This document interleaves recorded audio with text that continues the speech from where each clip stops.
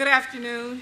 At this time, I would like to call the order of the regular school board meeting for the Wight County School Board. Today is Thursday, August the 11th. The year is 2022. We are having this meeting at Westside Elementary Auditorium, which is our regular meeting location. And today is, I've already given you the date, Thursday the 11th. Okay, and the time today is 4 o'clock. We are an hour early. Next month, we'll go back to 5 o'clock. At this time, we will have roll call from our clerk. Mr. Vines. Mrs. Dial. Here. Mrs. Tynes. Here. Mr. Cunningham. Present. And Mr. Collick. Present.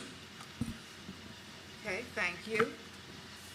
At this time, we need approval of the agenda or amendments to the agenda. Madam Chair, I'd like to make a motion to amend the agenda to add the following. Amendment to acting superintendent's contract and personnel case number 2022-01. Okay, we have a motion. Do we have a second? Second. We have a motion and a second on the table. At this time, we will vote. I'm going to do a verbal. Oh, sorry. Madam We Chair. have a discussion. Yes, ma'am. Madam Chair, I would also like to make a motion to add to the agenda to include a vote on the creation of a Threat and Vulnerability Assessment Committee to identify mitigation strategies to prevent and deter potential threats to our students, staff, and facilities, whether man-made or natural. Do we have a second? Second. Since we're having discussion, I would like to have a discussion about. Hold up 1 second, because we have two motions right now going on. All right, let's act on the first motion because we have a motion and we have a second. But it was amending the agenda. So if we're amending it, we need to include his items as Oh, But he's amending it too, but Right, he has so- a different motion. We have two motions on the Okay. floor. Okay. You got me? Okay, He wants yeah, to add that's- his No, we're motion. good. That's an Okay. appropriate way to So do we it. have to act on the First motion. first motion that we had first, okay? And Yep. that was for the acting superintendent's contract. We need to And the vote on case. that one first. Mrs. Dial. Yay. Mrs. Tynes. Yay? Mr. Cunningham. Yay. And Mr. Collick. Yay. Okay. Motion passes 4-0. Now, we will act on, we have another motion on the floor. We have the one that Mr. Collick just made. Will you repeat it, Mr. Collick? I certainly will. Madam Chair, I'd like to make a motion to include a vote on the creation of a Threat and Vulnerability Assessment Committee to identify mitigation strategies to prevent and deter potential threats to our students, staff, and facilities, whether man-made or natural. Okay, you heard the motion. And we had a second from Mr. Second. Cunningham. Mhm. At this time, we will take a vote. I would like to discuss Okay, a Mr. discussion. Collick's amendment to the agenda. I want to say that I would like to address the social media content and comment that was posted by Board Member Mr. Collick on August 9th, 2022 in an Wight County School Board Facebook forum. I will probably say nay to his amendment, and these are my reasons why. We need to address what was mentioned in his comment. I'm going to read the statement that he had made on the social media platform, and then I'm going to give the misinformation that was actually given. Mr. Collick stated a couple of weeks ago that the school board held a special meeting which was supposed to be a working session concerning school security. That is actually correct. The meeting was held on July 28th at 6:00 p.m. He further stated, we heard from several experts, particularly in the area of response, which is vital. Partially correct, the experts also talked and touched on prevention and deterrence as well. Sheriff Clark spoke on the SROs, Tim Mallory spoke on preventative and deterrent measures, and Paul, I don't know how to pronounce his name, Rosia, excuse me if I pronunciated your name wrong, with the non-aggressive dogs to augment the SROs. The DCJS, which is the Virginia Department of Criminal Justice Services, has policies and procedures in and of itself for deterrence, prevention, and mitigation. Mr. Collick further stated, we learned about a bunch of different security checklists, which was in quotations, required by the state. The quotations around the checklist are kind of insulting because they are insinuating they are non-existent. And Dr. Coleman can provide the state recommendations or the state requirements. Mr. Collick then goes on to say, we also confirmed that we have no, and no is in all caps, formal program in place that focuses on either deterrence, prevention, or mitigation. Correct. The fact that the word no was in all caps put an emphasis on that false statement. The DCJS is a formal program, and it is used by every school division in the state of Virginia. There was also threat assessment training provided by the DCJS on August 4th, 2022. Division employees were invited and included administrators, counselors, psychologists, social workers, school board members, Mr. Collick himself and Mr. Cunningham attended, and local law enforcement. All-day training was provided preparing staff and law enforcement in preventing violence on campus. Mr. Collick also stated at the July 11, 2028 special meeting, and I quote, "What we do, we need to continue doing. This is good stuff," end quote. Mr. Collick spoke about prevention measures and thoughts on the vestibules and key cards, in addition to the SROs saying that they were a good idea, amongst other preventative deterrence suggestions. Mr. Collick also further stated in his comment on the social media platform, while there was no conversation among the other school board members, I left the meeting with the understanding that we are going to be working on a process for deterrence and prevention, end quote. That's half correct. There have been several conversations about school safety, but the details of these conversations cannot be discussed for school safety issues and prevention and/or that mitigation already exists in the DCJS. I also spoke to Mr. Collick via email on August 7th. I stated to Mr. Collick that I would like to speak with the new superintendent to see exactly what their thoughts were in reference to the threat and vulnerability assessment committees. I don't mind it being on the agenda, but don't you think you should reach out to them and get their thoughts? From our special meeting, we already have a team in place, so I would like to know what this committee would be doing differently from what we already have and who would be on it. I don't want random people. I would rather have experts that do this on a regular basis steering this committee. Mr. Mallory made many valid points, one in particular having people on this committee that were familiar with the schools. He was in the military and law enforcement. Both were still different from school security. These are the things I would like to know before voting on anything. You had committee plural suggesting multiple. Why? My fear is the more people that know about every detail of our security, the less we deter because they have the knowledge to get around it. Can we get more concrete information before voting on anything? Those were my thoughts. That was my exact email that I sent to Mr. Collick. So the fact that he said he had no conversation with anybody and put the whole school board under that same in one category was absolutely false. I sent him an email myself about my thoughts. And furthermore, the meeting that was conducted on the 28th of July was to hear from the experts first before we went to any discussion about anything. Everyone is not well versed in security, and those that have some background in safety, security, law enforcement, military may not have experience in school security. Policy EBB states the superintendent establishes a threat assessment team for each school. That policy goes on to say that the superintendent may establish a committee to oversee the threat assessment teams or may assign oversight of the teams to an existing committee. If such a committee is established, it will include individuals with expertise in human resources, education, school administration, mental health, and law enforcement. I don't see anywhere in that policy that states board members make that decision. I never said not to put it on the agenda, and never did I ever say that we shouldn't have such a committee, which was insinuated by Mr. Collick's post. Mr. Collick also stated last week, and this is also what was in his post, I notified that since we don't know how a superintendent would feel about such a program, the board will not be addressing this topic until a new superintendent is in place, if at all. You need to specify who told you this and not to say it was from the board. You asked my thoughts, I gave them individually. I don't assume things, so I'm not going to assume what the new superintendent thinks. You told Denise in your email to her on August 6th, and I quote, that you doubt the new superintendent would say not to develop a deterrence and prevention mechanism for the schools. If he or she did, then they shouldn't be a superintendent. You were very dogmatic. I told you to get his or her thoughts. Cunningham and Tynes told you to wait and let he or she make the decision, which is true to our policy and role as a board member. You even had discussions with Dr. Coleman. I think it was unprofessional and a violation of our code of conduct to, one, go against the majority, what the majority wanted when you asked for our opinions. Number two, you ranted on social media when you didn't get the answer that you wanted.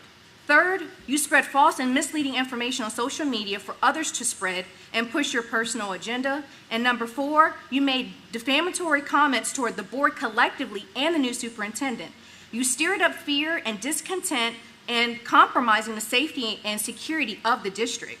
Mr. Collick rounded his statement with the question, should we work on preventing violence and other illegal activity in our schools, or should we wait to see if the superintendent wants to allow violence and illegal activities? The facetious and sarcastic question at the end was absolutely ridiculous.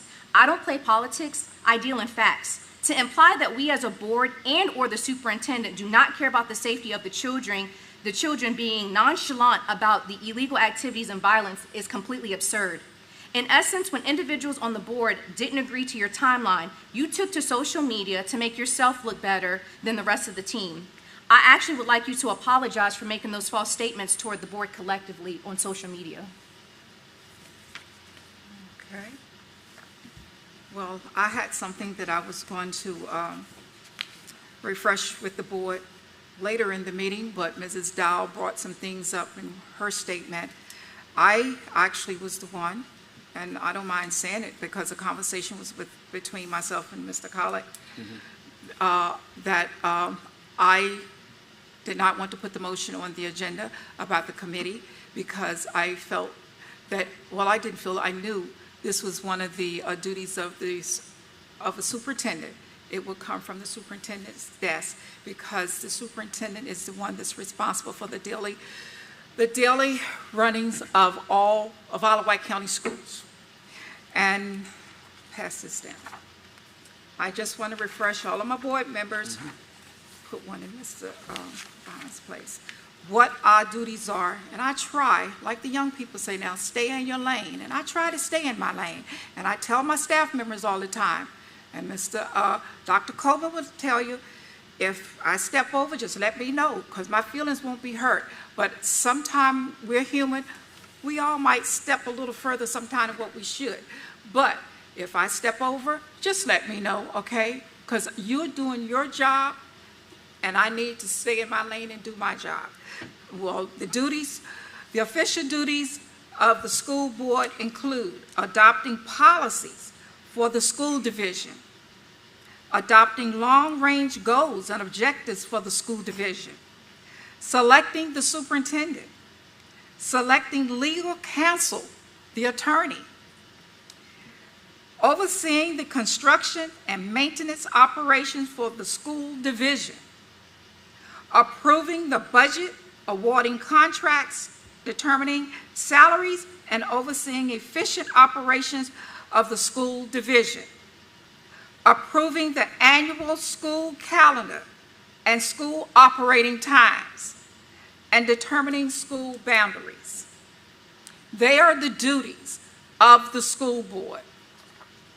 And if you ever have any questions, keep this little yellow sheet as a school board member, refer to that sheet and say, hey, is what I'm about to do or advise, is that covered under my duties? And if you answer no, then it's probably covered under the superintendent's duties, okay? Or the attorney's duties, all right? So therefore, we'll stay in our lane going forward. All right, we still have that motion on the floor, and at this time, we will take a vote. Any more discussions? I would just like to reply. I did say primarily. Primarily means not exclusively.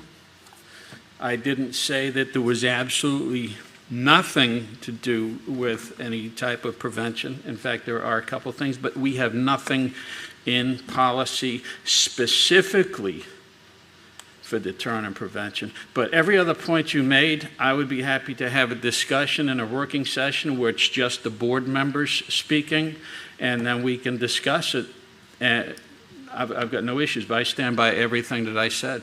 You know, some of the things you may have implied differently than I intended for anybody to get them, but for the most part, you got it right.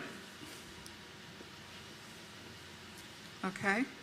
At this time, with the motion that we have on the floor, we'll take a vote.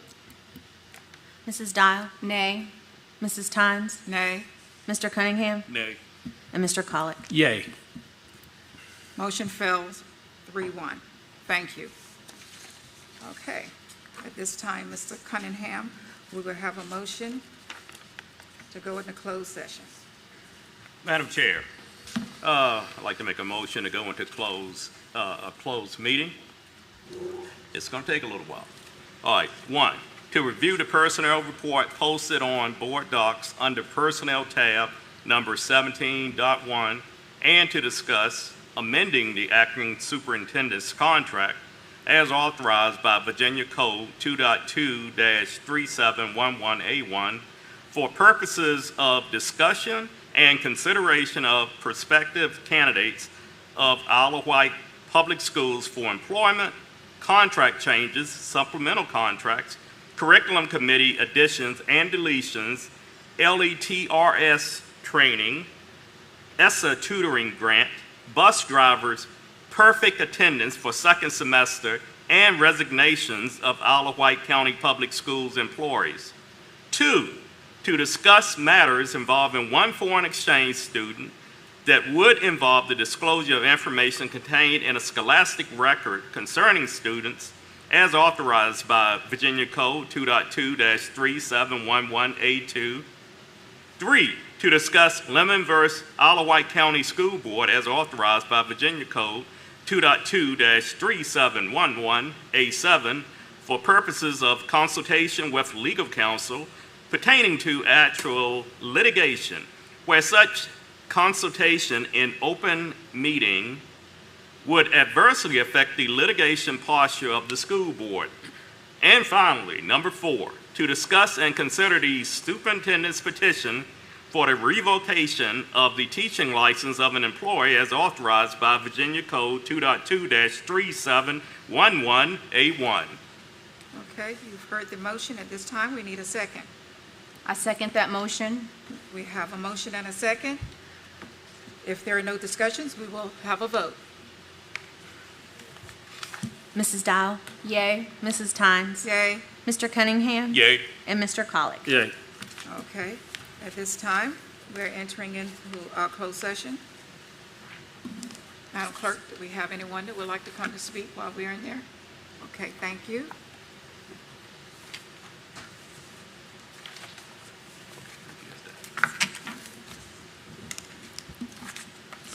Okay.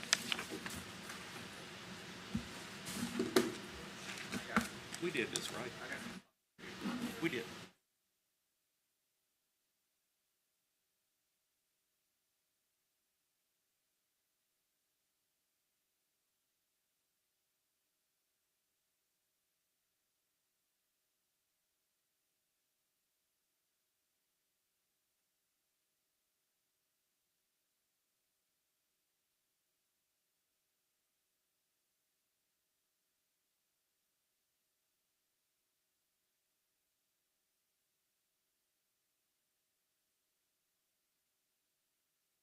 Correct. Number 1, to review the personnel report and addendum.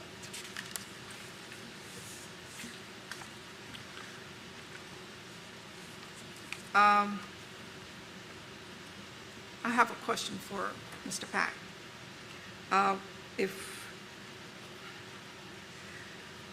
In motion, part 1, it had to discuss amending the acting superintendent's contract, but I was going to update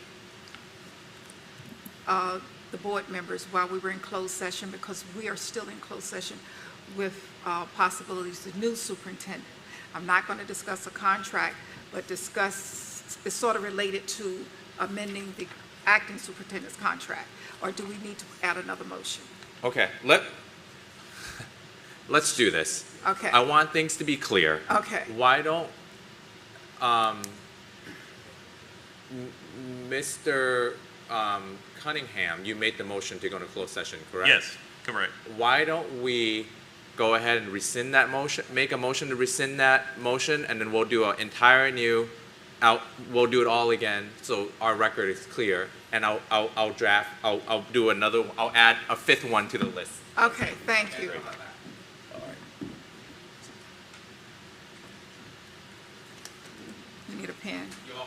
rescind your motion and then I'll. Okay. Okay. At this time, we will, I need a motion to rescind the motion that we just mentioned, that we just voted on to go into a closed session. Madam Chair, I would like to rescind the motion to go into closed session. I second that motion. We have a motion and a second to rescind the motion that was just given to go into closed session. At this time, we will take a vote. Mrs. Dial, Yay. Mrs. Tynes, Yay. Mr. Cunningham, Yay. and Mr. Colick. Yay. Okay, motion passes 4-0. Thank you.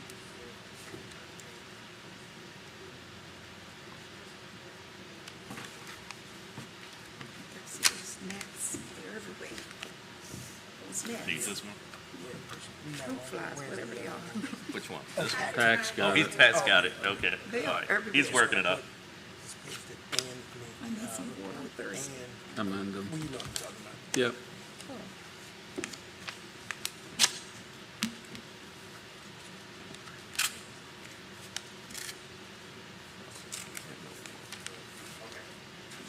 So, they're gonna be, just make sure you read an addendum, Yep. only that was on it, and then the fifth one is to discuss the superintendent's search Process. process as authorized by. Virginia So Code. read the entire one. Yeah, I'll read it all over Okay. again. Okay.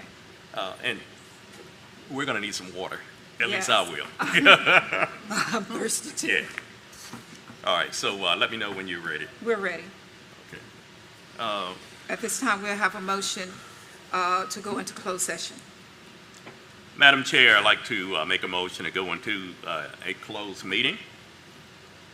Number one, to review the personnel report and addendum posted on Board Docs under Personnel tab number 17.1, and to discuss amending the acting superintendent's contract as authorized by Virginia Code 2.2-3711A1 for purposes of discussion and consideration of prospective candidates of Isle of Wight Public Schools for employment, contract changes, supplemental contracts, curriculum committee additions and deletions, letters, training, ESSER tutoring grant, bus drivers, perfect attendance for second semester, and resignations of Isle of Wight County Public Schools employees. Two, to discuss matters involving one foreign exchange student that would involve the disclosure of information contained in a scholastic record concerning students as authorized by Virginia Code 2.2-3711A2. Three, to discuss Lemon versus Isle of Wight County School Board as authorized by Virginia Code 2.2-3711A7 for purposes of consultation with legal counsel pertaining to actual litigation, where such consultation in open meeting would adversely affect the litigation posture of the school board. Four, to discuss and consider the superintendent's petition for the revocation of the teaching license of an employee as authorized by Virginia Code 2.2-3711A1. And finally, five, to discuss the superintendent's search process as authorized by Virginia Code 2.2-3711A1. Okay, you have a motion. At this time, we'll have a second. I second that motion. We have a motion and a second. If there is no discussion, we will take a vote. Mrs. Dial, Yay. Mrs. Tynes, Yay. Mr. Cunningham, Yay. and Mr. Colick. Yay. Thank you. At this time, we're in closed session.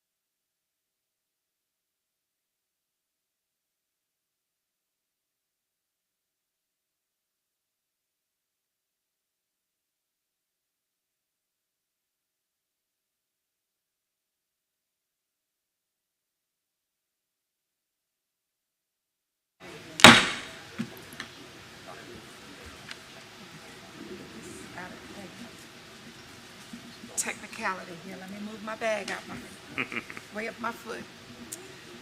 Okay. At this time, we will reconvene into open session. We will have a certification of resolution of compliance. Mr. Cunningham, our Vice Chair. Madam Chair, I'd like to make a motion, certification of resolution of compliance. The motion is the closed meeting was conducted in conformity with the provisions of the Virginia Freedom of Information Act as required by Section 2.2-3712D of the Code of Virginia, and certify that only public business matters lawfully exempted from open meeting requirements were discussed, and only such public business matters as were identified in the motion by which the closed meeting was convened were heard, discussed, or considered. Thank you. You've heard the motion. We have a motion on the table. At this time, I need a second. Second. We have a motion and a second. If there is no discussion, then we'll take a vote. Madam Clerk? Oh, it's up. I'm sorry. I was... There we go.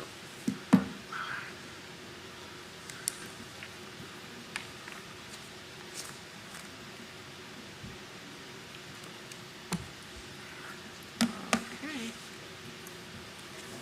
Is it up? Motion passes, I guess, 5-0. I can't see the bottom. Did all of you vote yay? Yeah. Okay, 5-0. Thank you. At this time, I would like to welcome all of you that are in attendance of our meeting tonight, as well as those that are attending virtually. Wight County Schools, we're always preparing our students for college, career, and life.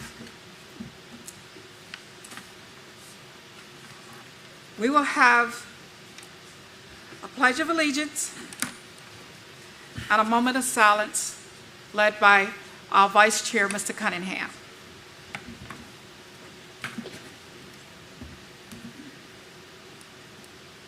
I pledge allegiance to the flag of the United States of America and to the republic for which it stands, one nation, under God, indivisible, with liberty and justice for all.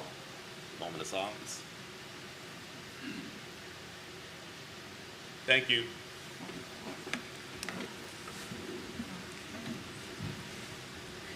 We will now have Wight Achievers, led by Mrs. Lynn Briggs.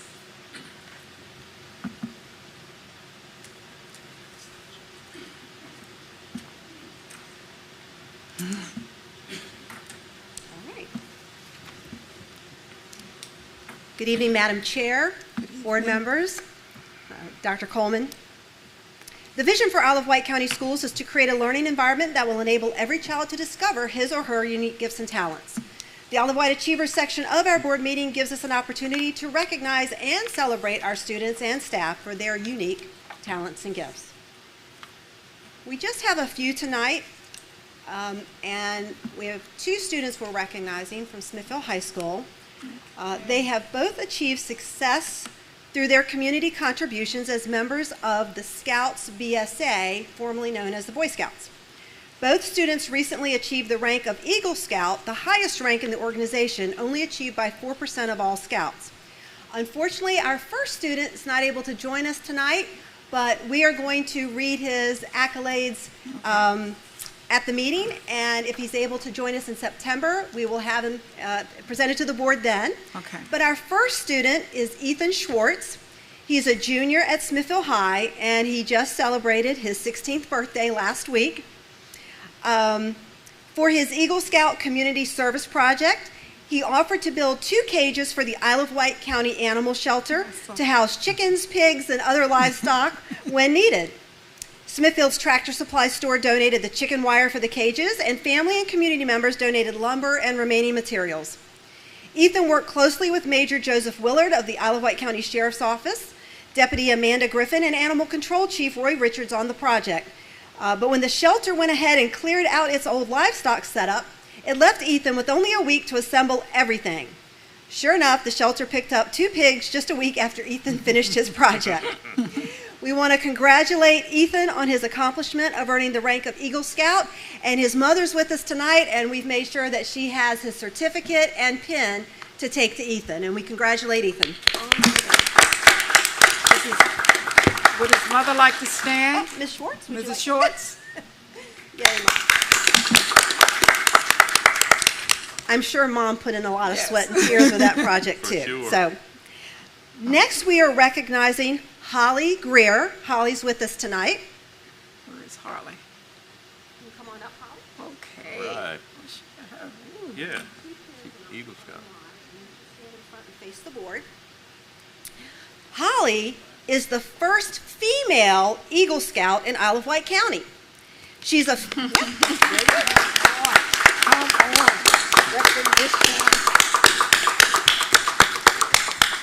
She's a founding member of the Carrollton-based co-ed troop 36G, which formed in 2019 when Boy Scouts of America changed its name to Scouts BSA and began allowing girls to join. Holly's risen rapidly through the ranks in just 3 years, from Scout to Tenderfoot, second class, first class, star, and life.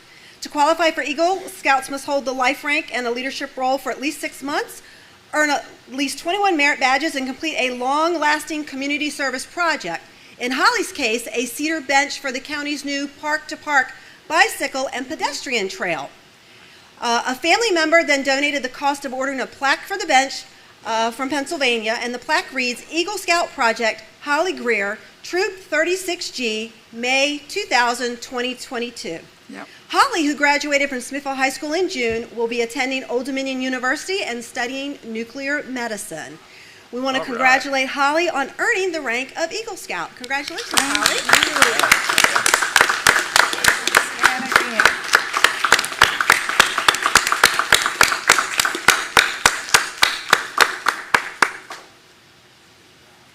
While we're taking pictures, I'm so proud of Holly. I'm proud of Ethan also as well, but he will come back next month, hopefully. But Holly, I'm proud of you because you did something normally they would say females can't do, okay? You were the first in Isle of Wight County to become an Eagle Scout, and I'm so proud of that. Keep on breaking barriers, okay? Don't ever anything. Do the good things out there in life, okay? And you keep going. If somebody says you can't do it, that motivates you, okay? Keep going. Thank you.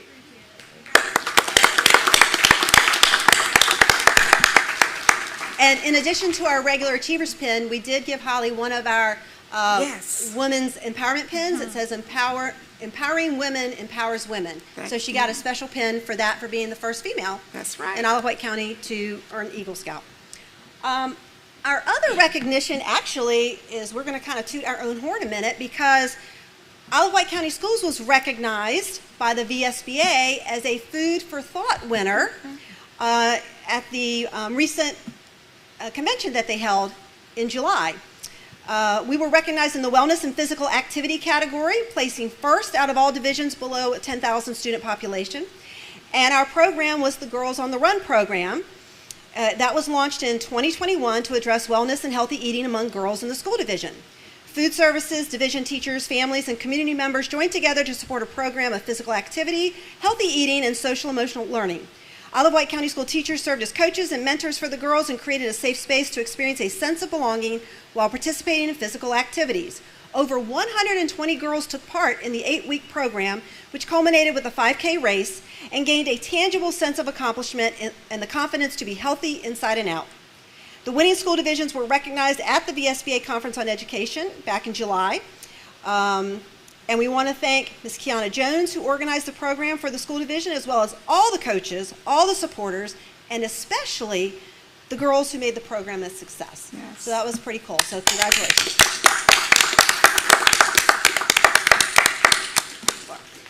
Okay, and that's going to conclude Achievers. Okay. Thank you, Mrs. Briggs. And I have the next part, so if you want me to just to keep rolling. Keep rolling. All right.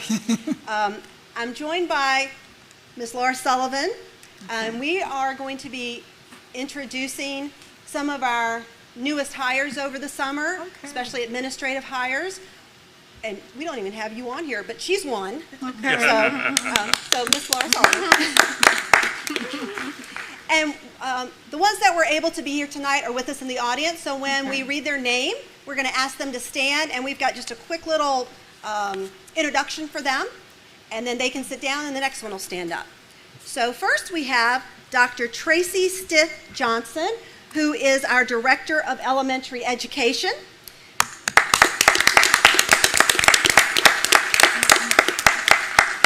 She has 9 years' experience as an elementary education teacher in Hopewell and Chesterfield County Schools, and her administrative experience spans over 13 years. Thank you.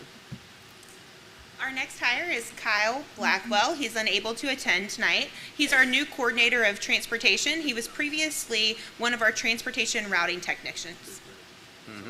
Okay. Next we have Andrew Sullivan, who is our new fleet supervisor. He comes to us as an experienced mechanic from both Dominion Energy and Stafford County Public Schools. Okay. And Madam Chair, I did want to point out that, as I told him, that is our new Charlie. And so if those who knew Charlie Wells, I talked to Charlie Wells this morning. He was very excited about working with Mr. Sullivan. So that's the new Charlie. And we are very excited too. Oh, yeah. Because you know what? Without you, our buses won't be rolling, okay? We need you. I should correct that, because all of the transportation staff, but you're the one that's going to be on the scene with the mechanics. Anything break down, you're the one. Thank you very much, and we'll welcome you. Next, we have Patricia Cuffey. She is the new principal at Smithfield High School.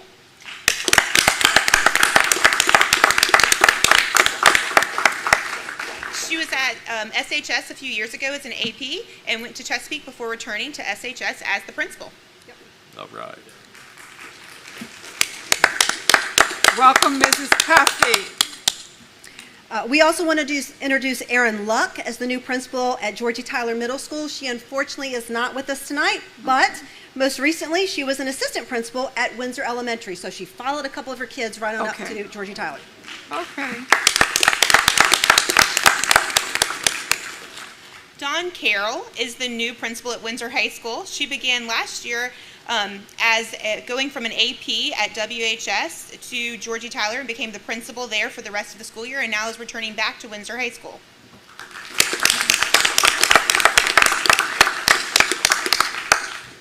We also have Kristen Daly, who is a coordinator for special education, and she's coming to Isle of Wight County Schools from CSEP, where she served as a principal.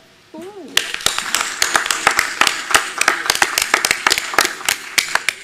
Stacy Rogers is the new instructional coordinator of elementary math and science.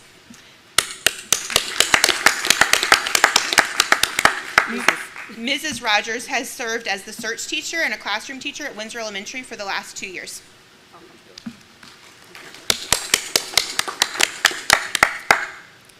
Next we have Adam Combs, who is also unable to be with us tonight, but he's going to serving as an assistant principal at Smithfield High School. He's currently, he was at Franklin City Schools, and prior to that, he was a high school English teacher at Windsor High School, so we have a lot of them coming back. Okay. Good. Aston Williams is serving as the assistant principal at Smithfield High School. Most recently, Mr. Williams served as an assistant principal at Lakeland High School.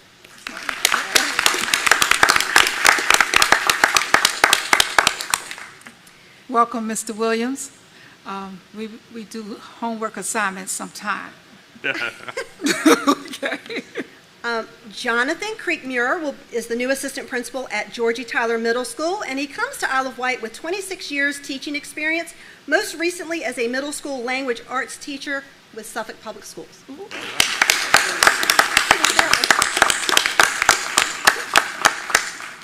Stacy Catabone, who is unable to be here tonight, is the new assistant principal at Carsville Elementary School. Ms. Catabone has served the Carsville community as their instructional coach and special education process facilitator since August 2020.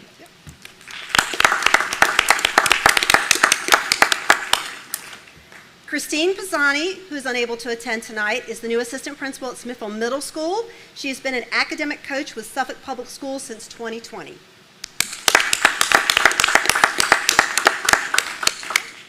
And last but not least, Mr. Matt Summit will be the new assistant principal at Hardy Elementary School. Mr. Summit has been the music teacher at Carrollton Elementary School since 2018.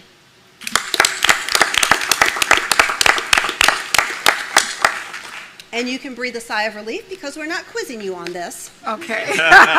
But we certainly want to extend a warm welcome to all of these folks that have joined our team. And as I said before, many who are returning to us. Thank you. So we welcome them and we look forward to you seeing them when you visit buildings and they seeing you.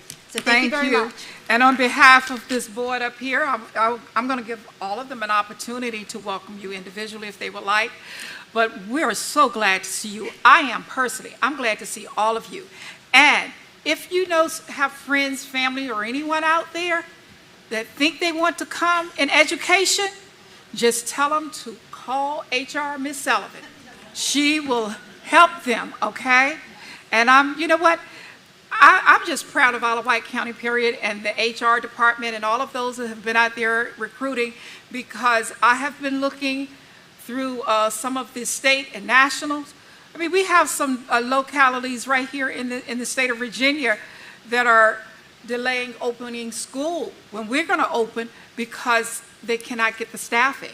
And about last week, there was one, I think, needed 400. So I am proud of what our staff has done to recruit your beautiful faces, okay? Thank you. And the students are going to look forward to seeing you their first day of school as well. So proud. All right, anyone else from the board like to speak? No, I just wanted to say welcome. Okay. Yeah. They all welcome you, Mr. Collins. Yep, and I'm just going to echo it, and I look forward to meeting every one of you at some point in the next few months. Thank you for joining the team. Yep. Thank you, thank you. Okay. And thank you, Ms. Briggs and Ms. Sullivan. At this time, we're going to move on to request to speak on agenda items. Do we have any? Yes, ma'am. Okay. In accordance to policy BDD-H-E, presentation of information on any subject will be concluded at the discretion of the board. No person will be recognized to speak more than once. Citizens scheduled on the agenda to speak will be permitted 4 minutes maximum time for their presentation. Delegations will be requested to limit their speakers to 2. Persons speaking are asked to be specific, state the issues for the board's consideration, and attach a copy of your prepared remarks. If you have prepared remarks, they should be given to the board clerk. Please do not approach the board members. Any matter relating to specific students will be heard by the school board only in closed session, in a closed meeting. And we have Mr. Jason Marsh.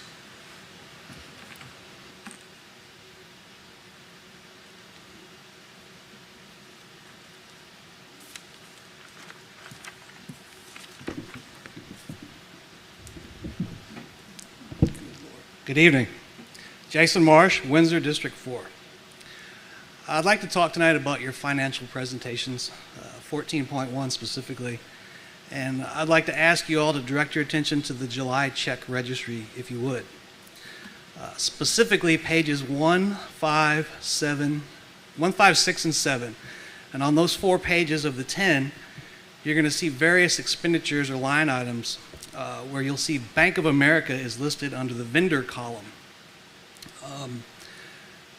So Bank of America is not a vendor. These are some of our credit cards or purchase cards that are out throughout the school division. I don't know how many cards we've got, and I don't know how many authorized users we have, but I know that's what it is on the July check registry. And I point this out because I, as a taxpayer, and I will assume you as a board, really don't know who the actual vendor was for any of those specific expenditures. Of those expenditures for Bank of America, I added up $9,189, where in the invoice description it just says instructional materials. So not only do I not know what you bought, I can't even make an educated guess because I don't know where you bought it from. I also calculated up $8,396 that have a purchase order number referenced over in the invoice description. So I really don't know what you bought. I don't know where you got it or what it is. All there is a PO number. And then finally, there was $3,304.47 In the invoice description, there's nothing. Literally, it's blank. So you add it up, there's $20,890 and some change that we don't know what or where we spent it on. That's half of your Bank of America credit card charges. So out of the $43,000, I don't know where nearly $21,000 was spent or what you bought it on. So I realize the schools are audited, and I understand that listing Bank of America as a vendor is the way it's always been done, but that doesn't necessarily make it right. I'm asking you as a board to sit down with the superintendent, and I've already spoke with Dr. Coleman. We've had this conversation. He enlightened me on a lot of the ins and outs of it, and I appreciate him taking the time to do that. I'm not asking for receipts, and I'm not asking for anyone to reinvent the wheel. I have no doubt that the finance department has plenty on their plate, as does Mr. Coleman. And I think, for the most part, the check register is a pretty good document. I can look at it as a taxpayer and figure out basically what we're spending our money on. But the credit card charges listed like that, I don't think that's acceptable. I don't think, Mr. Coleman, I don't think the answer of this is too hard or we'll have to hire more people is really the acceptable response. I'm not asking anyone to do a whole lot more other than where are we getting this from? And maybe the simple answer is just something as simple as waiting for the Bank of America statement to come out and posting it. I'm fairly confident that's a soft copy that could be hung up. And that might be the simplest, easiest answer, just to let the taxpayers know and the board know if they're interested, what did we spend $21,000 on in July? That's it. Thanks. Thank you. Next. That's it, Madam Chair. Okay, thank you. Okay, at this time, we will go to item 13, board member committee reports and information. Are there any board members that would like to report on any committee meetings or information? If not, then I have one. I attended what they call a lunchtime webinars that we have an opportunity to participate in, and I would like to share with each of you. And the title of the webinar was, How Many Crayons Are in Your Box? If any of you would like a copy of this, if you're in the audience or anyone, check with our clerk. She would be too happy to get you a copy. I would be too happy for her to make you a copy because the information was excellent information. And the presenter that day was Dr. Goldman, I think was his name. Not Coleman, Goldman. I think that was his, Cochran, that was his name. Dr. Noah Cochran. And he was a very good presenter. As a matter of fact, he's doing several of these, and I have signed up for all of them through the summer months. I think the last one will be around around the middle of September. So at any time, when I get these little, do these webinars, I will be too glad to get anyone a copy. Thank you. And the only other thing, we all participated as a board. We participated in a workshop on threat and assessment with the county officials, and it was a very successful workshop. That was a workshop for the board. And the following day, a couple of our board members participated with school level threat and assessment workshop. Yes. And that was Mr. Cunningham and Mr. Collick. If you want to say anything about the workshop you attended with the staff? DCJS one that they had. I mean, really, it's not much to say. It was excellent. The seminar, the workshop was excellent. I mean, But that's, we was good. enjoyed it. And Mr. Collick, and I found out tonight I'm going to be going to a seminar down in Virginia Beach on security threat assessment. So, yeah, it was a great workshop. yeah. And it's important. Mr. Collick, did you want to say anything? Yeah, basically helped a lot. It was very informative of what's out there, from DCJS, and we had the opportunity to interact with various law enforcement officers from the county and the towns as well. And like Mr. Cunningham said, we're going to be going to national, I think it's the National Threat Assessment Conference in Virginia Beach in October. So we'll be able to continue to build on this until, and eventually we'll be more professional in the area of security. That's probably the best way to put it. And last month when we met, well, it was right after we had the workshop, I appointed Mr. Collick and Mr. Cunningham to be our representative for the board on safety, threat, and assessment. So this is why they're attending these things, and they'll come back when they're finished and share with us. Thank you. Okay. Next, we will have financial, let's go up. 13.2. 14.1. I didn't even have that on. Financial presentation. Okay. Yeah. We have a motion, 13.2. No, It's not even on our agenda. Okay, at this time, we need a motion. Okay. Not now? I think they have the wrong, Wait. It's supposed to be it's listed under the action on closed session items. that's what I thought. Yeah. So this has to, I'm sorry, you're correct, Mrs. Dowell, they just have the wrong agenda. Okay. They have one, our paperwork, 13.2, but it should come later. Should be 17. Thank you. But that's what I like about my other board members, that keep us on task. All right, at this time, financial report. That'd be Dr. Copeland. Yes, ma'am. Madam Chair, school board members, just want to go over the financial report for July 2022. The check registry is in front of you, and as you can see, it is going through all of the vendors, as the previous speaker spoke out, concerning the vendors and the invoice of the description. I know you've already had time to read through it. Are there any questions at this time concerning the vendor or the invoice description for the check register?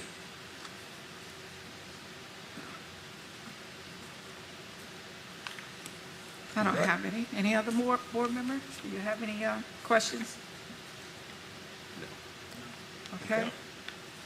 Thank you, Dr. Coleman. All right, next, Madam Chair, I'll bring your attention to the facility usage report.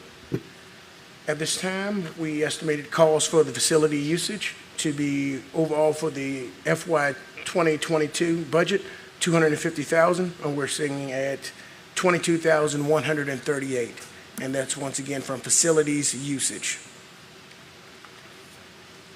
Okay. And finally, Madam Chair, one pinpoint is the large ticket items. The large ticket items from it. First vendor we have is Retrofit Services, and this is concerning the Carrollton pipe replacement, $651,225. This is being for pipe wing E and wing D. This is the payment for those wings. Next will be the Virginia Association of Counties, yearly property and casualty insurance, $212,452.25.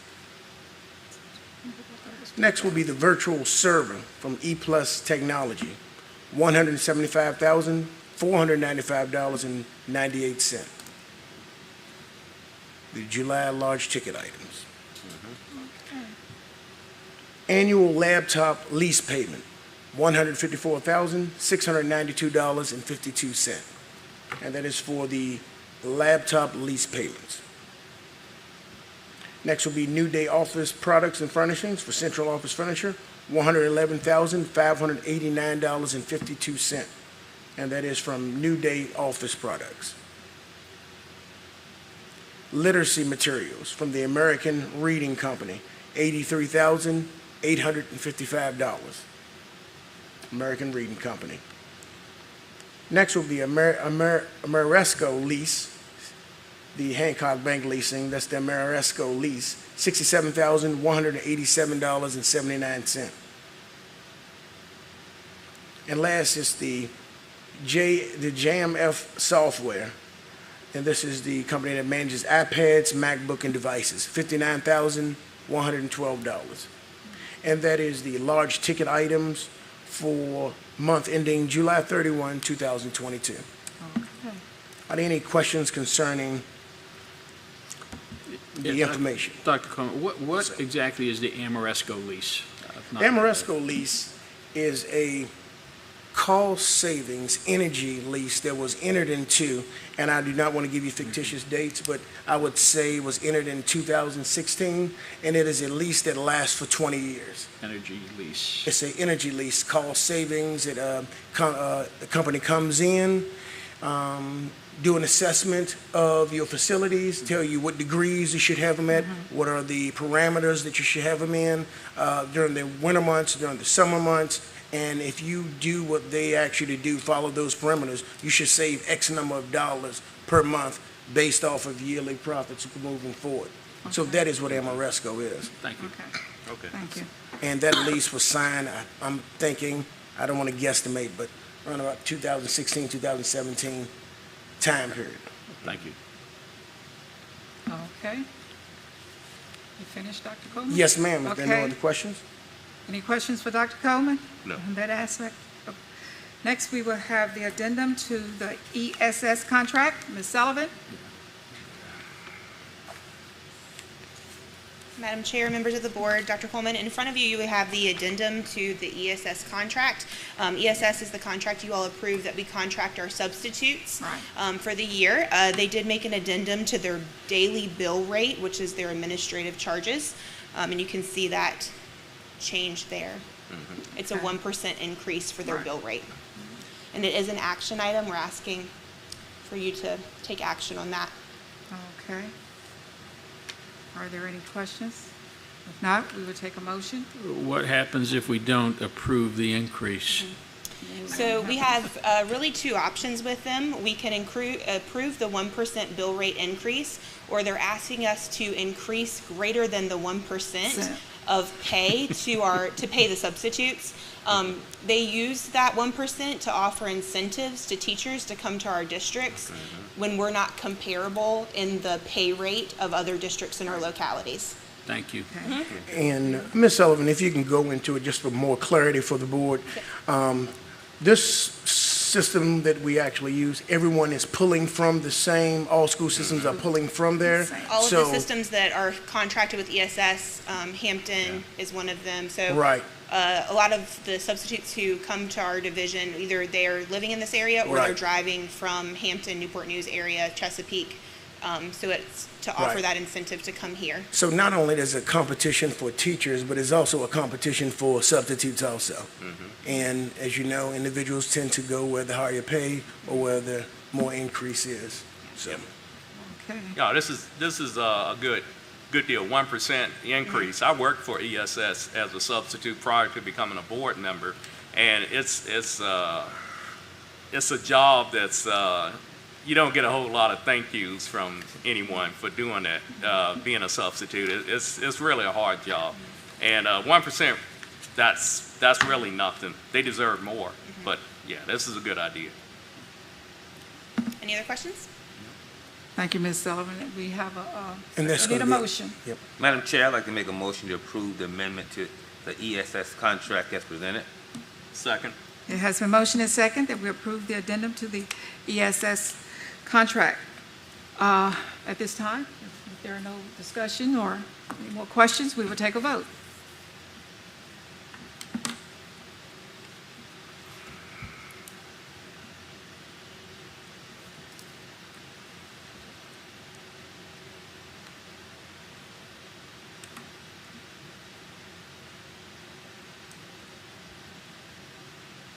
Motion passes 5-0. Thank you very much. Next on the agenda, we have support services. Mr. Todd Christensen.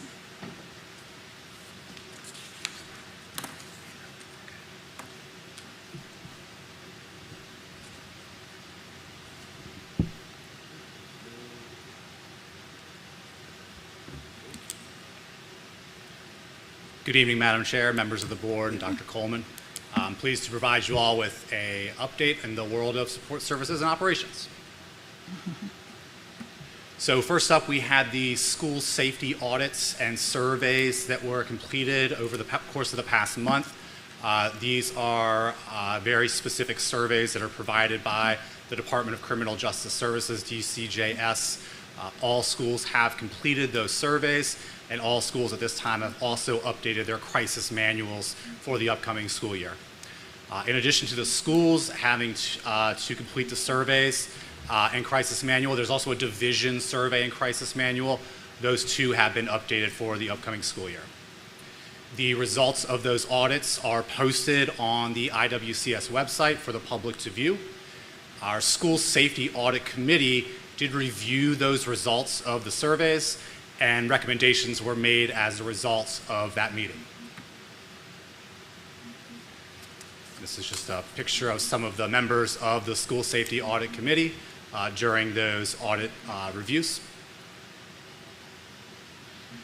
And a number of the recommendations that did come from that meeting. So these are in no particular order, but first up was to continue to include the division crisis management team in school drills with an emphasis on providing feedback and improvements. So that is something that our local law enforcement agents and emergency operations management team have been very vocal in wanting to be a part of those drills, be on site while they're happening. A number of our schools take advantage of that, and I've encouraged our administrators to continue to do that. Reach out to me as a liaison to bring them in because they're able to provide us with such valuable and expertise feedback during those drills. I have a question. Yes, ma'am. You said that is something that you recommend that the administration of the buildings do. Is it something that you think superintendent's desk would think would be mandatory when they have those drills, that we have someone from the DC, from that team to be present? I'm certainly open to that recommendation if the superintendent feels like that's the direction we want to go in. Right. I would not hesitate to move forward with that. I think it's an excellent idea to have them I would involved. consider that. Okay. Yes, ma'am. Thank you. I'm not telling you to do that because that's not one of my duties, but it's just a consideration. Right. Okay. And Madam Chair, if I could just go a little deeper on that subject.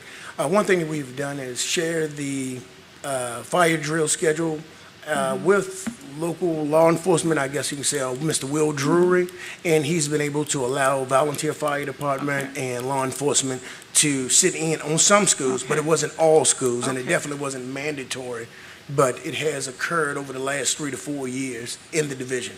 Maybe not on a more consistent basis as you're talking about Well, it this time. I understand because we are not a large community. We are just a smaller county, and we utilize all of the emergency. And if they're out on an emergency, of course, they're not going to be able to get here. If it's a scheduled day to have a drill, and I know that building staff will not be able to at the last minute, so we're not going to have the drill today because we can't have anyone here. But if they know ahead of time that they can invite them in, make it mandatory that they are invited in, and they can document that they were invited, but due to an emergency out in the county, they could not be here, but we did the drill anyway. Yes, ma'am. Understood. Yes. I just didn't want it to be something that the left for the building administrators to decide whether they should invite someone out. Yes, ma'am. Thank you. Another recommendation that came out of that meeting was to do more joint trainings when it comes to our SROs, our Division Crisis Management Team, and school officials. We did have one example of that just recently occurred with a threat assessment training that DCJS did provide. Thank you to Mr. Cunningham, Mr. Collick for attending. That was something that we were able to reach out to our school resource officers, conduct those joint trainings. The more that we are working together with those trainings, the more in sync we are going to be in the event of an emergency, and of course that's exactly what we need. So we'll continue with those efforts as well. Another recommendation that came out was to incorporate the vestibules as a security layer. Of course, the team agreed that there is no one solution to ensure school safety. However, they did agree that the vestibules would be a great layer of security for our division to incorporate.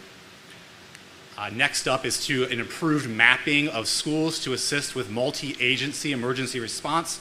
So this is a grant that I actually applied for and was awarded again through DCJS. We're working with a company called Critical Response Group.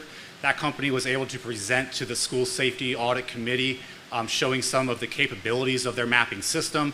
They are quite sophisticated and certainly an upgrade from the two-dimensional maps that we have access to. Those maps are great if you have an intimate knowledge of the building. However, in the event of an actual emergency, you're going to have multiple agencies responding to this location who are not necessarily going to have any idea of the workings of the building. What this map would do would be to allow all of those agencies to look at a singular map. It's a grid system so that everybody responding is on the same page. It's an excellent product, and that's something that we are moving forward with. We actually have next steps here in a couple of weeks with that. And just to piggyback on that, Madam Chair, Ms. Christian is moving ahead of time. Virginia was moving toward going with a sort of map more than a 2D map. Well, this is more of a 3D system, and he presented it. He wrote the grant for that. We have it, and now we're moving forward with that. So, and the grant will cover probably 90%. Yes, we're hoping for 100, but it may be closer to 90, but the vast majority of the cost should be covered in that. Yes. Thank you. Another one is, and this is a simplistic idea, but it's so critical to our safety and security measures, and that was a focus on the internal and external doors. The vestibules is one component of that, but ensuring the integrity of the doors in our county was another recommendation that the School Safety Audit Committee came out with, and that's something that we're definitely looking into with our schools as well. Okay. Last up was to continue the open lines of communication between the community, Division Crisis Management Team, and school officials. We all agree that having that relationship where we can pick up a phone, text, call, whatever the case may be, we've got to be able to communicate efficiently and effectively in the case of an emergency, and that was something the School Safety Audit Committee really praised Isle of Wight County on and wanted to make sure that we continue to have those open lines of communication.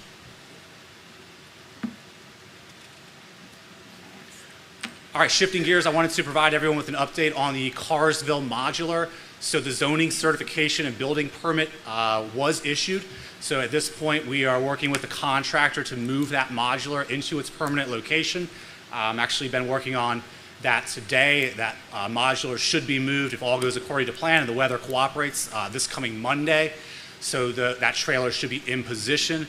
I've been working in frequent contact with the Isle of Wight Planning Department, and I'll continue to make sure that I work closely with them to ensure that we're doing this the right way. Next step, once that trailer does get into place, are going to be a coordination with Dominion. That's obviously going to be a critical component of this, getting power out there. It's also going to be one of the most time-consuming efforts, so I'll be jumping on that as soon as the trailer is in its location. Plumbing and water hookup is another connection that we'll have to make. The ADA sidewalks and ramps, I've had some discussions with Dr. Coleman and Ms. Magner, our Department of Special Education, on that today. We're starting the beginning process of that as well. And then technology will be the other component here. So even though the trailer is here and we've got the building permit, we still got a ways to go and a lot of work to do to get that trailer up and running to where it does have official occupancy status. And last up, I wanted to provide an update on the Carrollton mechanical piping progress. So Wing E at this point is 90% complete. Wing D 75, Wing C 60. You'll remember that Wing C we started after Wings D and E because of a situation that arose during construction. That's why that one's a little bit further back on the timeline. However, Wings D and E are still slated to be completed as scheduled on August 16th, and Wing C to be done by August 24th. So we're working closely with Retrofit and then also with SSC, our custodial company, so that as soon as Retrofit goes out, SSC comes in and we get those halls looking nice for the students when they do return. So everything is on schedule there and looking really good. Okay. And Madam Chair, I also want to pinpoint that although we already took care of Wing E, D, and C, one thing that we're going to look at for next summer, absolutely, is A, B. It's A and B and the mechanical room. Okay. So A, B, and the mechanical room. So Carrollton will be brand new HVAC-wise. Anyway. And I remember you told us that at an earlier meeting because it's time-consuming, and in order to do the remaining wings, have to do it during the we summer. didn't have enough time. Right. Yes, thank you, In order, Dr. Coleman. because this staff and the students would be back Right. in this building before they could complete it. Yes, ma'am. That's right. Thank Yes, you. ma'am. And thank you, Dr. Coleman. We are having those initial discussions with our architects as well concerning wings A and B. That absolutely is the plan. Okay, thank you, Mr. Christensen. I'm happy to answer any questions that you all may have at this time. Any questions? Thank you. Yeah, just you one have one? question, back to the modular. Dr. Coleman and I had talked briefly a couple months ago about the awnings. They're going to be included Yes. within. Go right ahead, Ms. Christian. So if we're talking about the awning, which awning specifically are we talking about? Well, me and Mr. Colick had a discussion. What we're talking about is extending the sidewalk all the way out and making sure there's an overhead cover to that section too. Yes, absolutely. I was on site with the contractor, I believe 2 days ago, and that was one of the discussions we were having as well. Yes, sir. Okay. All right, any more questions? Yes, I have one. Are you familiar with the DCJS certification program for schools? Every 6 months, DCJS goes through and certify the security of the schools, the system of doors and everything. I work in North Carolina, and I work with that program there, and they certify their SROs that they're familiar with. There's a program for certifying their people that at the school every 6 months. Are you familiar with that? No, sir. I don't believe that I've come across that. I'd have to do some digging on that. I'm in frequent contact with DCJS, and that specific conversation has not come up. All right. So therefore, it's not, probably not required in Right. Virginia. Otherwise, we would be familiar, right? Yes, ma'am. I've been making sure that I'm following Right. everything according to the T, and Right. I've been communicating with them on that. Okay. But Mr. Christensen, just check for Mr. Vines, and maybe you could just send it to him privately through email or whatever, or if you want to find out at our next meeting, you can give us an update on what Mr. Vines. Okay. And I'll Yes, email you talking some about- information also. Yes, I'd be happy to do that. Thank you. Okay. Okay, thank you. Yes. All right. I'm next up as well, if Yes, you'd you're like next me up. to continue.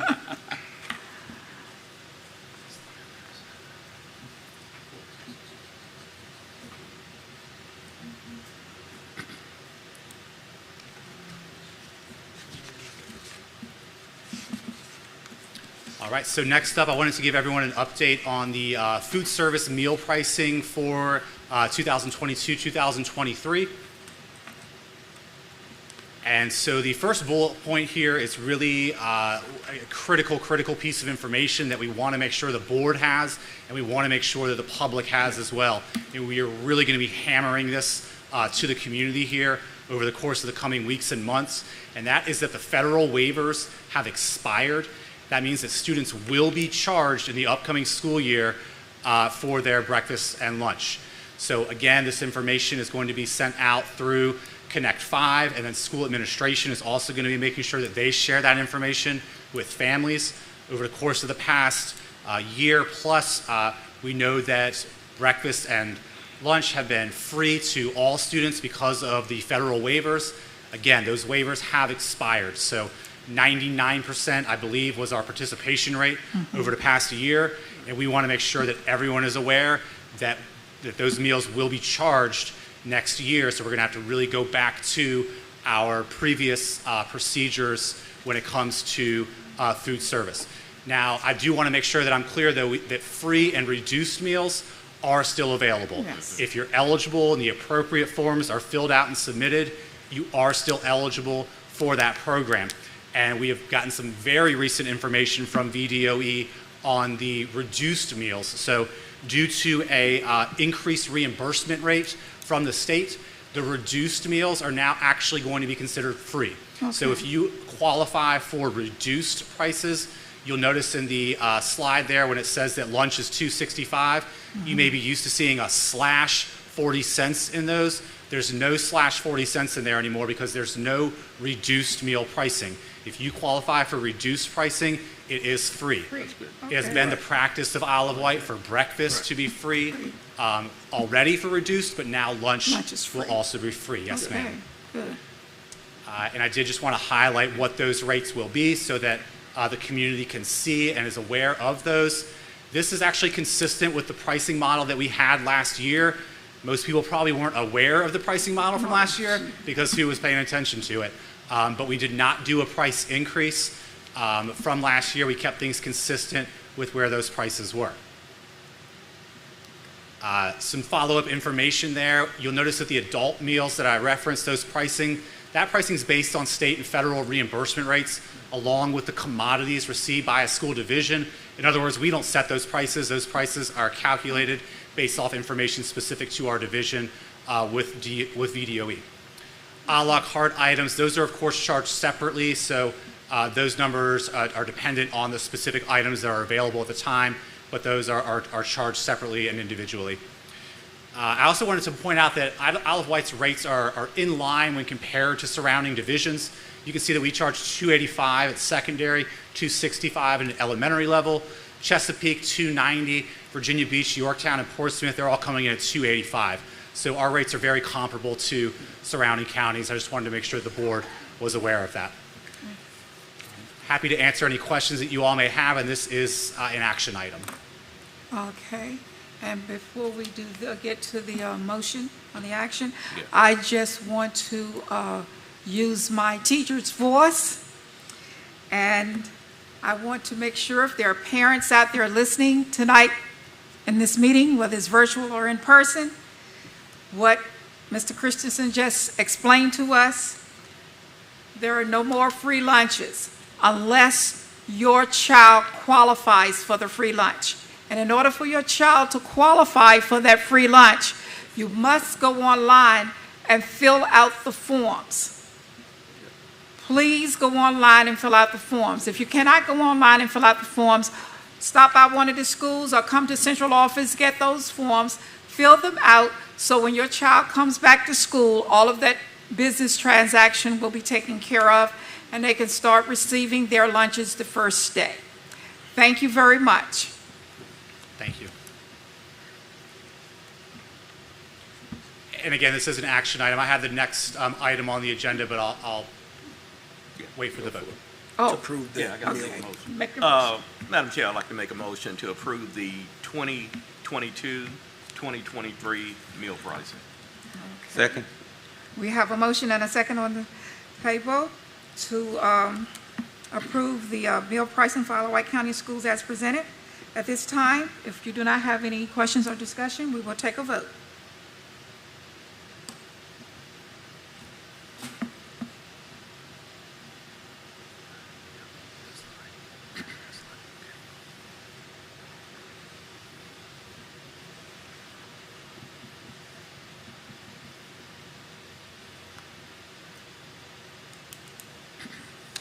Okay, motion passes 5-0. Thank you very much, Mr. Christensen.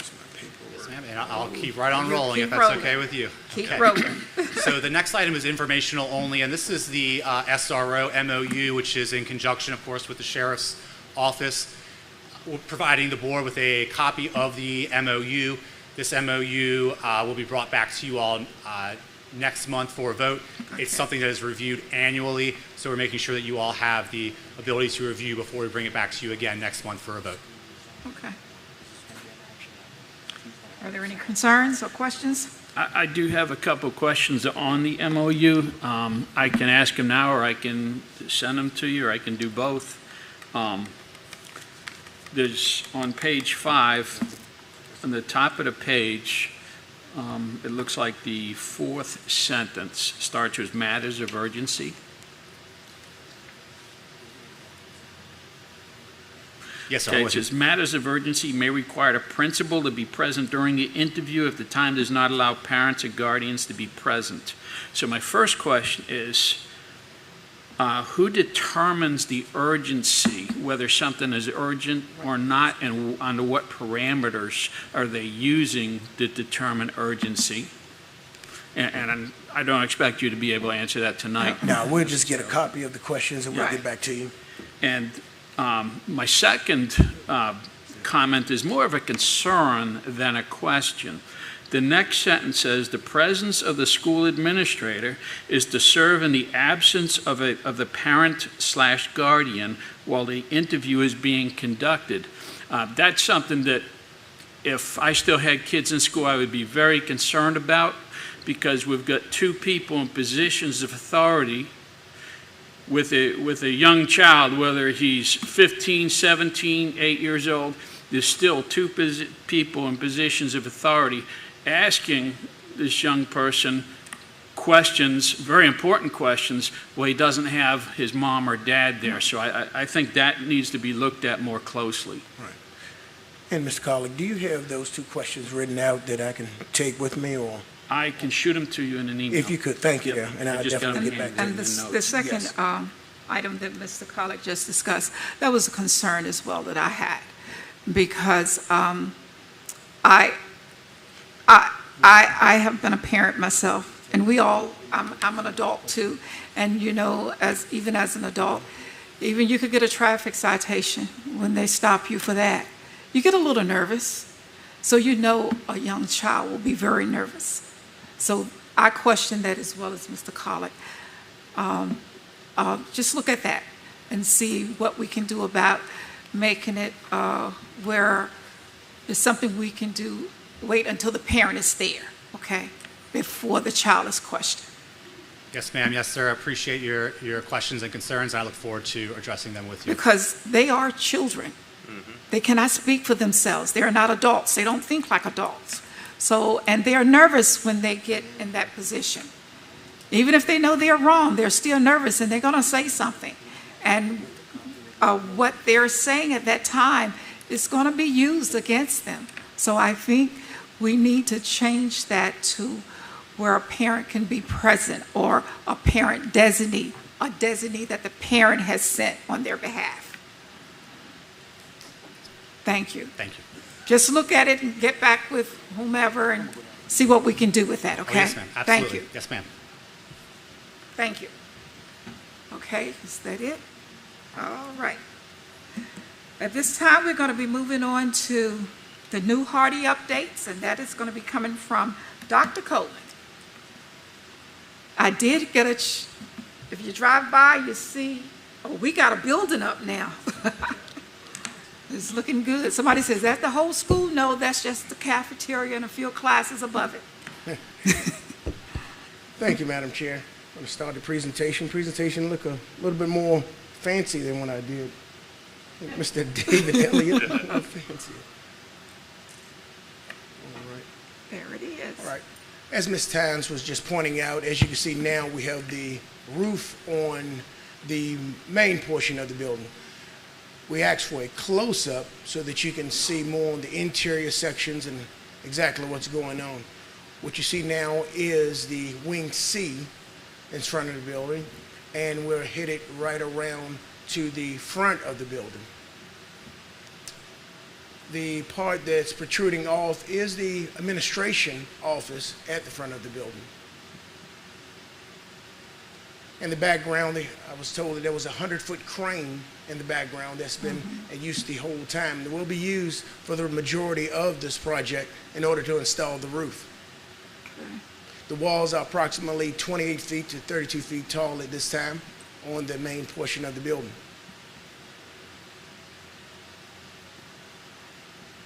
Once again, this is Wing D of the new school. Now, the final wing that we're approaching now will be built right near the demolition of Old Hardy. Okay. The wing can go up, but it's literally going to be 13 feet from Old Hardy. So that's the portion that you see right there. So if you're 14 feet tall, you 13 can't feet lie from- between the two buildings. I got you.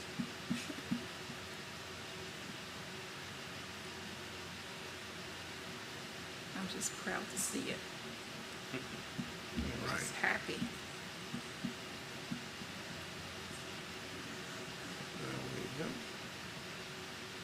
And this is the water tower that's still taking place. The foundation of the water tower is laid. As you already know, the 24, I think it was 80-foot pillars that had to be drilled in for the water tower to be situated. Construction is still going on. And as Ms. Tynes pointed out, they probably have made a lot more progress since August 8th on the site. There we go. Are there any questions concerning New Hardy? No, I'm just happy to see it, you know? And for the citizens out there, thank you for supporting the youth in White County. Thank you.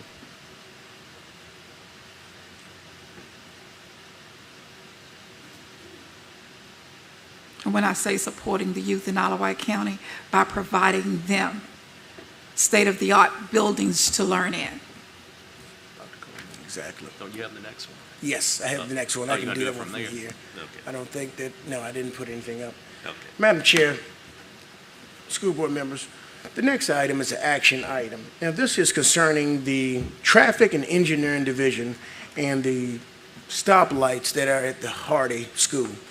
What has to occur at this time is the stoplights, the traffic lights for the new Hardy has to be extended.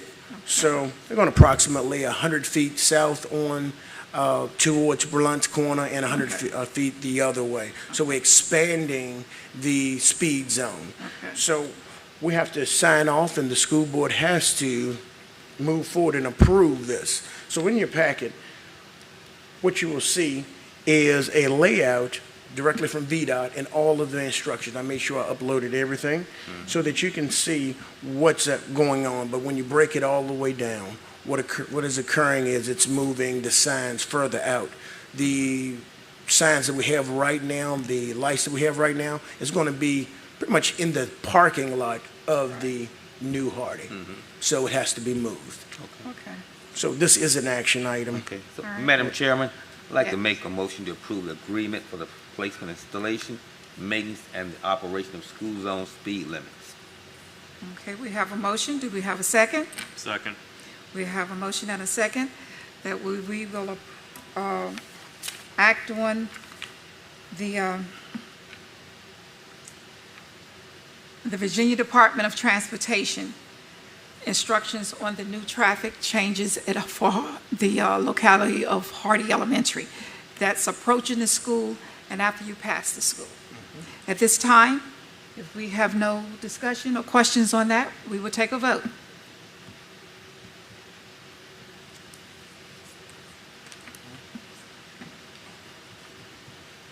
What's wrong? Oh, Ms. Dowd. Oh, okay, she voted. Where's mine? Oh, it's with me. Motion passes 5-0. Thank you very much. Okay. Next item on the agenda, report from the superintendent, Dr. Coleman. Madam Chair, these are the school board meeting dates.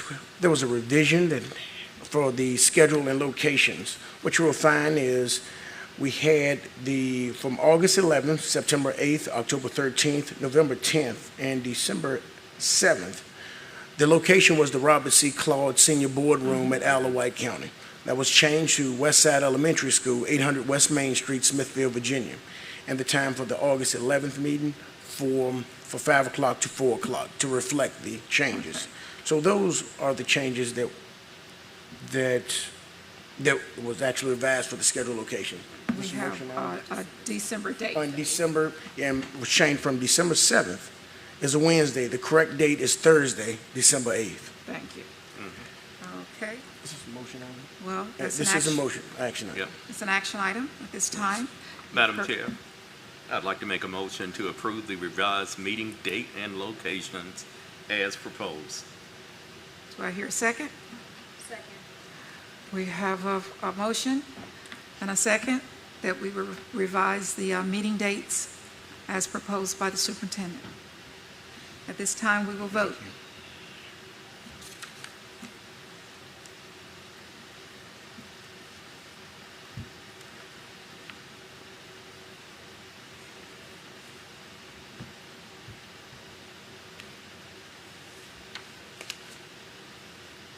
Motion passes 5-0. Thank you very much. All right, we're moving right along. Item number 16.3. capital improvement Oh, plan. 16.2, capital improvement plan. Ms. Briggs. It'll be Ms. Briggs.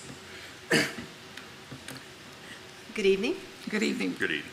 Before you, you have the proposed capital improvement plan. It requires approval by the board before going to the county's planning commission, who then approves it and sends it on to the Board of Supervisors for approval. You'll notice that we have made 2 changes on the plan. One, we have moved up the date for the vestibules. And Dr. Coleman, if you could help me out with the exact date. No problem. The proposed date before was 2025 to 2026, and that date has now been moved to 2023 to 2024 for the security vestibules. And let me add, as you saw from Mr. Christensen's presentation, that was something that the Division Crisis Management Team has recommended, and I think that's on the forefront of everybody's mind, is looking at the safety features. So we wanted to move that up, and the prices for doing all those vestibules was greater than what was previously listed. Right. At first it was listed at, and this was, of course, 18 months ago when we first took this, $290,000. At this time, it's listed at $901,000. So it's a significant increase, and as you know, the longer we wait, the more it will cost. Called procrastination, and construction items go up. Yes. They don't come down. Right, and you can see the other item was moved up as well, changing cost to that too, because the materials have increased in price. And we have this And Smithfield track. Yes. Football track field. Yeah, when that came up last year, we did have it proposed earlier in the CIP. It did get pushed back with final approval. It got pushed back by the county to a later date. We heard from several folks who use the property, and most of the fields that our students are competing on when they go to other divisions are artificial. And we do have a lot of activities that take place on the field at Smithville High School, which does create some wear during the week and can potentially generate some less than ideal playing conditions. Right. And those folks from Smithfield High School can help me out a little bit more, as Ms. Briggs was saying. I think we're the last school in the Smithfield High School district that have a grass field. Everyone else in the division plays on turf. And I think that was one of the biggest push from the public during that time period, that do our students have the same, let's just say, not abilities, Opportunity? but opportunities. Yeah. Yes, same opportunities that individuals from schools in their York and other district. individuals are having. So that was the push for that. Right. Okay. Yes, ma'am. The Westside Middle School, so I see that on multiple, like 2025 to 2026. So I don't know all those different lines. What does Right. that mean? Well, Yeah, Dr. Coleman? yes. All right. So the Westside construction was pushed back to the 25-26 timeframe, and that is going to be half of the funds are being saved up for the first year, and then they're going to be rolled over for the second year. And this was initially when the school was going to cost $38 million. Now, we haven't gotten it reappraised, but at this time we know the inflation for construction at the minimum is 9%. And I think that some individuals could go up to 15 to 16%. So this number is a little lower on this paper than it will be once the inflation rates and everything is applied. So right now it's 19 million, 2025, 2026, and 19 million, 2026, 2027, equaling a 5-year total of 38 million. So initially proposed, if we were to move forward then, it would have been 38 million. Yeah, I think it's staying on there as is, really as a placeholder. But that far out, we know the figures are going to need to change, Right. especially as we get closer. Okay. All right, thank you. Thank you. Thank you, Mr. Burke. Dr. Coleman, I do have a question on the security vestibules. You and I have talked about this extensively. There as I understand it, or as I envision it based on our conversations, they're going to be basically the width of the front entrance of the building. The width of the front entrance, yes, sir.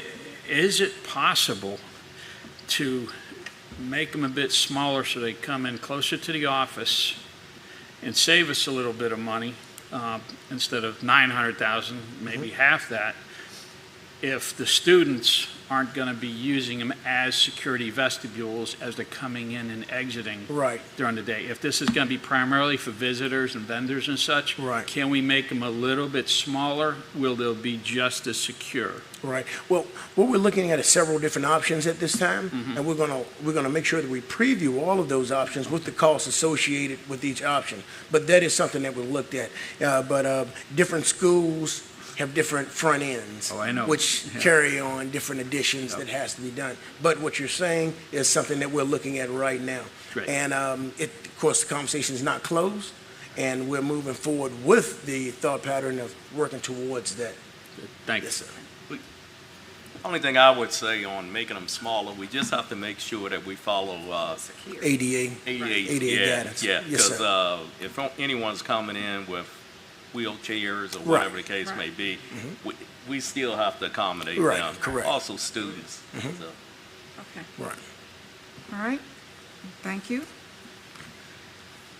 At this time, we'll move to item 16.3. Is Dr. Kells going to present that, or are you, Dr. That is going to be Oh, me. Dr. Okay. Kell is not going to be here tonight. Okay. That's All right. CTE program. All right. Madam Chair, I had the privilege to go to the Virginia Infrastructure Academy along with Dr. Steph Johnson.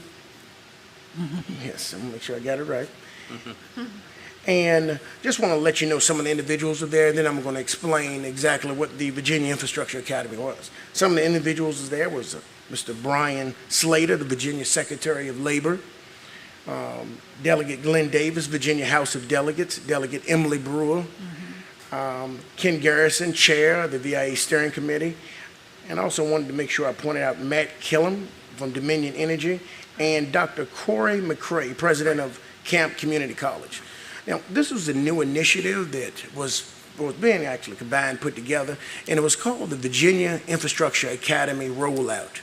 It consisted of 23 community college presidents were in attendance, and what occurred was they started finding that workers for building projects such as roads, electrical, bridges, tunnel, broadband, there was insufficient.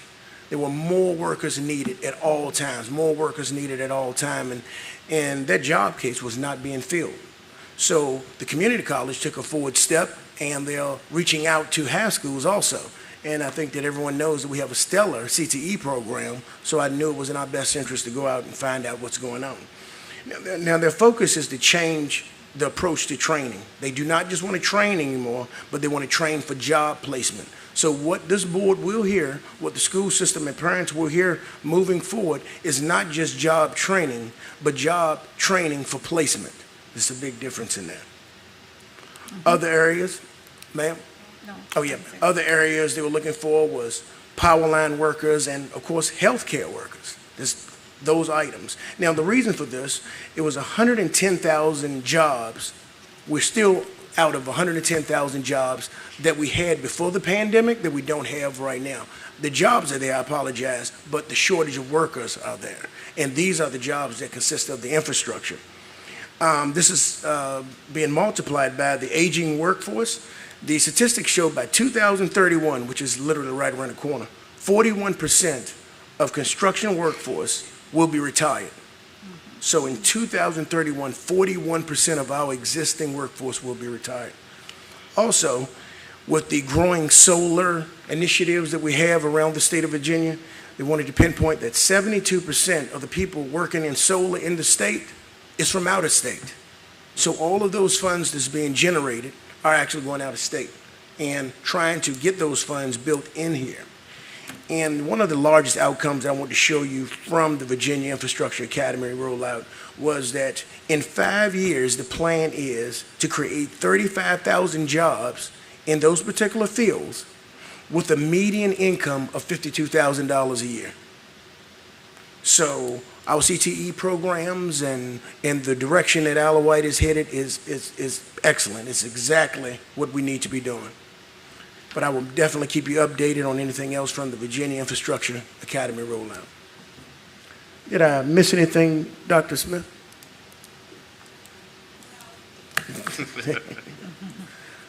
She said I didn't miss anything. I got it perfect. All right, thank you. And we'll move to item number 16.4, report on open positions from Mrs. Seller, HR Director. Yes, Madam Chair, members of the board, Dr. Coleman.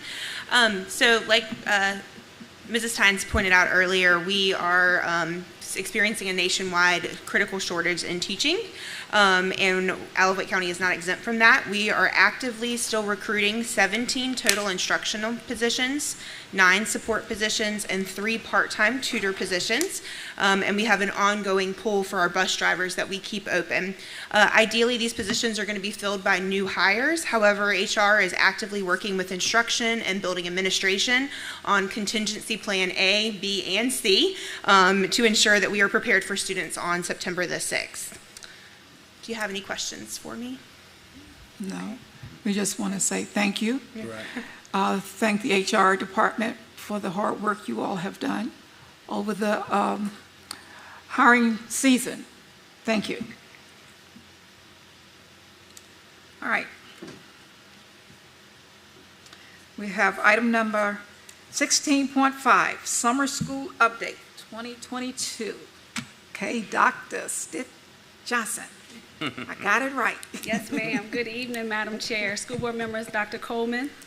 I stand before you to give you an update or a summary on summer school.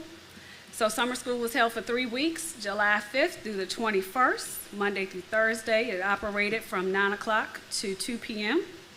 Our students received 90 minutes of both reading and math instruction with an additional 90 minutes of targeted, specific reading instruction 2 days out of the instructional week.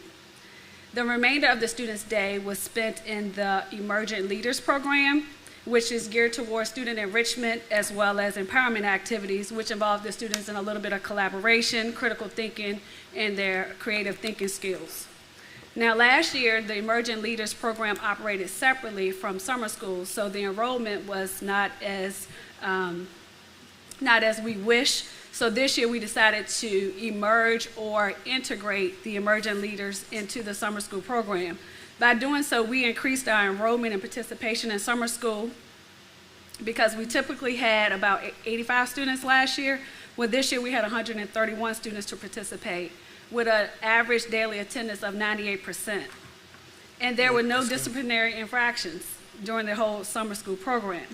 So, with all of that said, in summation, in addition to our academic goal, it also touched a little bit upon our family and community engagement goal from our strategic plan, because on the last day, we opened up the facilities for our families and communities to come in to the building for our students to showcase their learning and sharing their experience from the summer.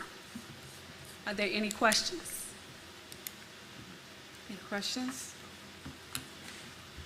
Well, thank you. Thank you. And I know the students that attended your program this summer, thank you as well. Okay. Next, we have action on closed session items. 17.1. We have the personnel report first. Action on the personnel report. Madam Chair, I'd like to make a motion to approve the personnel report and addendum as presented, a copy of which can be obtained from the school board clerk if anyone wants it. Okay, we have a motion. Do we have a second? Second. It has been motion and second that we act on the personnel report. At this time, if you don't have any discussion, we will vote.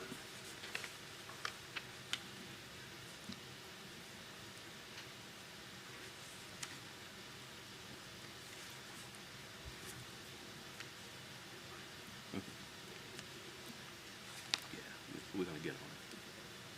What's wrong? Okay. What's wrong? Oh, wait a minute. Vote on this first. Which one you vote?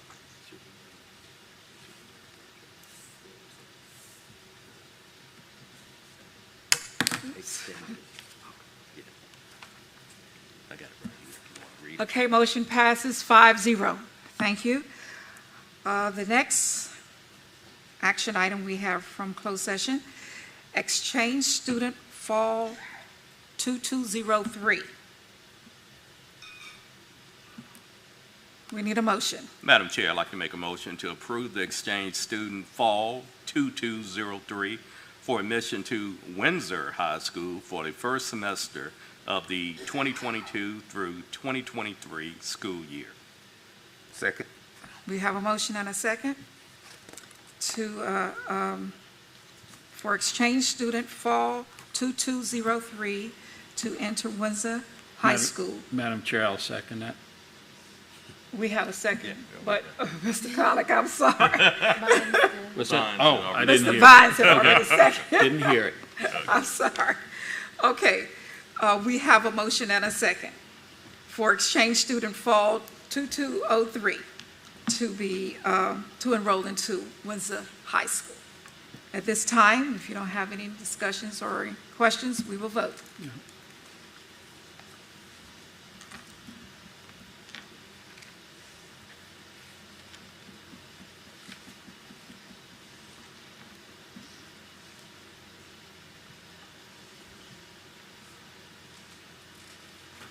Okay, motion passes 5-0. Thank you. All right, next item on the agenda is adoption of the consent agenda. And that would include meeting minutes, donations. 73. Oh, Warren, did I miss one? It's updated. Okay, it's not updated on me. I'm sorry. Let me find it.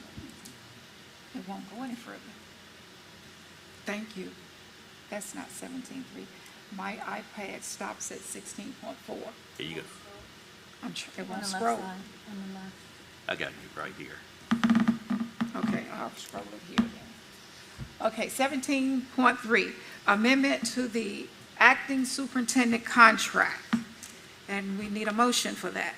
Madam Chair, I move that the school board amend the term of Dr. Coleman's appointment as the acting superintendent to be effective until the effective date of the appointment of the superintendent for Isle of Wight County Public Schools, and to authorize the chair to execute an amended agreement with Dr. Coleman effectuating this decision. Okay, you got that, Dr. Coleman? Okay, we got it. Second. Okay, we have a motion and a second. At this time, if you don't have any discussion, we will vote.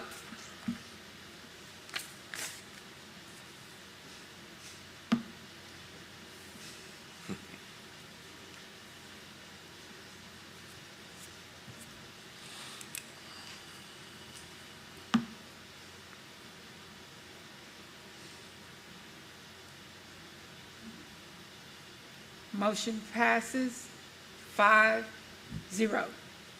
Thank you. All right, now we will get to the next item. 17-4. 17-4. You want 17-4? Yeah. Personnel case number 2022-01. Madam Chair, I move that the school board accept the superintendent's petition for the revocation of license in personnel case number 2022-01. We have a motion, now we need a second. Madam Chair, I'll second that. We have a motion and a second that we will accept the superintendent's petition on, okay, let me. Revocation. Personnel case number 2022-01. At this time, we will take a vote.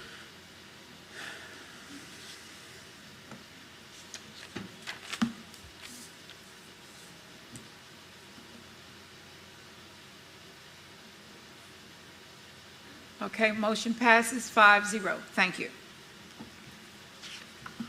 Any more amendments before I move on? Okay, thank you. At this time, we'll move on to item number 18.1, meeting minutes, donation, and financial reports. It's on the adoption of the consent agenda. We got these little I know, little gnats. gnats up here. Madam Chair, I motion to approve the consent agenda as attached and presented. Okay. Second? We have a motion and a second to approve the consent agenda as it was attached and presented. At this time, if you don't have any discussion or questions, we would take a vote.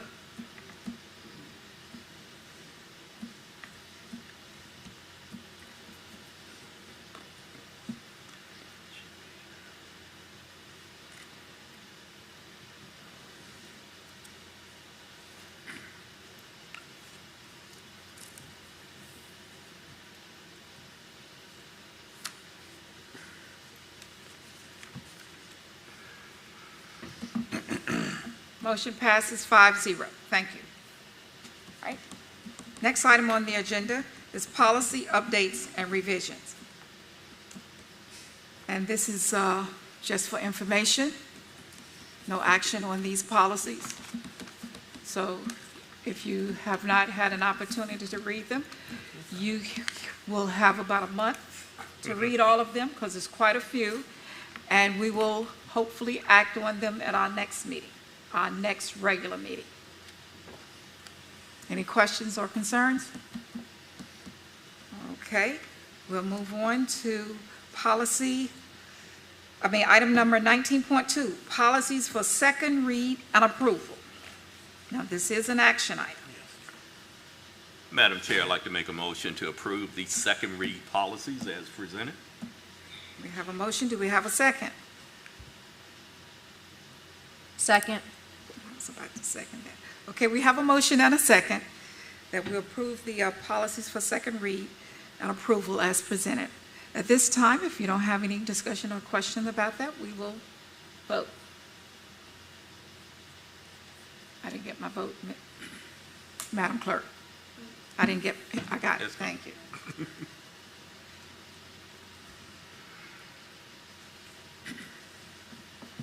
Motion passes 5-0. Thank you very much. Next on the agenda, we have regulations and exhibits. That's information. Did anyone want to discuss that, Ms. Briggs, Dr. Coleman? No, ma'am. Okay. No, ma'am. If we don't have any. I just for a point of clarification. Yes, sir. 1 GBN-R says when a vacancy occurs or a new position is approved by the superintendent, the following procedures must be followed. That was a question I had earlier. New position approved. That should that be by the school board? Ms. Briggs, the question is concerning GBN-R. You can let me know when you get there. Let me see. We had a very similar conversation one day with Dr. Thornton. Wasn't this identically, but it was along the same lines. Here it says approved by the I superintendent. apologize, I'm getting there right Yeah, now. at the top, right at the top. I mean, we're not voting on it, so if Right. you need to look it up and get back with me later, that's fine. GBN-R, Yeah. Yes. because that's under our hiring procedures. That's correct, because the only individuals that the boards hire would be the superintendent and the attorney. All other hiring positions will be approved by the superintendent. The superintendent will send the personnel report to the board to act on as far as making sure that it's update with the positions and the descriptions, and as well as funding. I understand that. That's Okay. the vacancies. The second part is a new position. So there's no position, so there's no vacancy. That's my question. Okay. Oh, If- okay. I'm sorry. And you said GBN-R. Yeah. Yes. Can you tell me one more time where that's located? That is under regulations and exhibits. Yes, sir. And what part of the actual regulation is that? It's the very top line. Yeah. It says when a vacancy occurs or a new position is approved by the superintendent, the following procedures must be followed. So what we'll do is we will go and research the policy to see how that comports with the policy, and then we'll follow up with you to let you know if we need to make any changes to that. Perfect. Thank you. Yes, sir. Okay.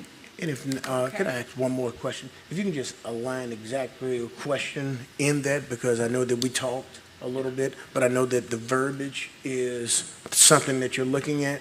So we can just underline exactly the approved, yeah, it's the verbiage that Mr. Collick is looking at.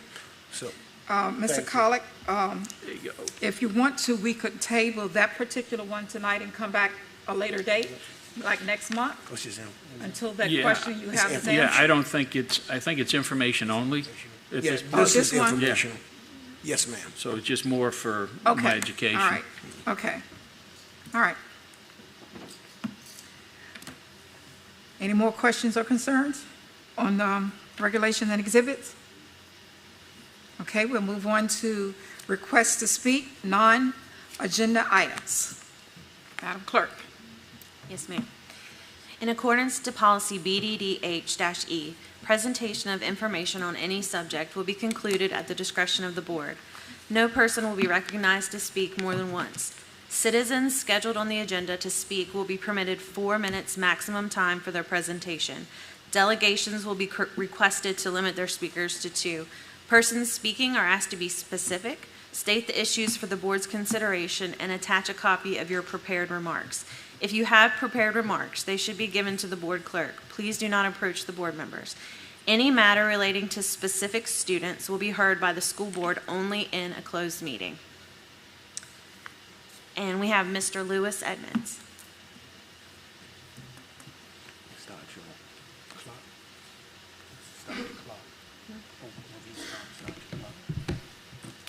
Good evening, Lewis Edmonds, 4th District. I want to start off with thanking the board for the level of detail that's being provided now. When you went in closed session, it was very clear what you were talking about. I appreciate that level of detail and the level of detail on what you were voting on. I think that's a positive change.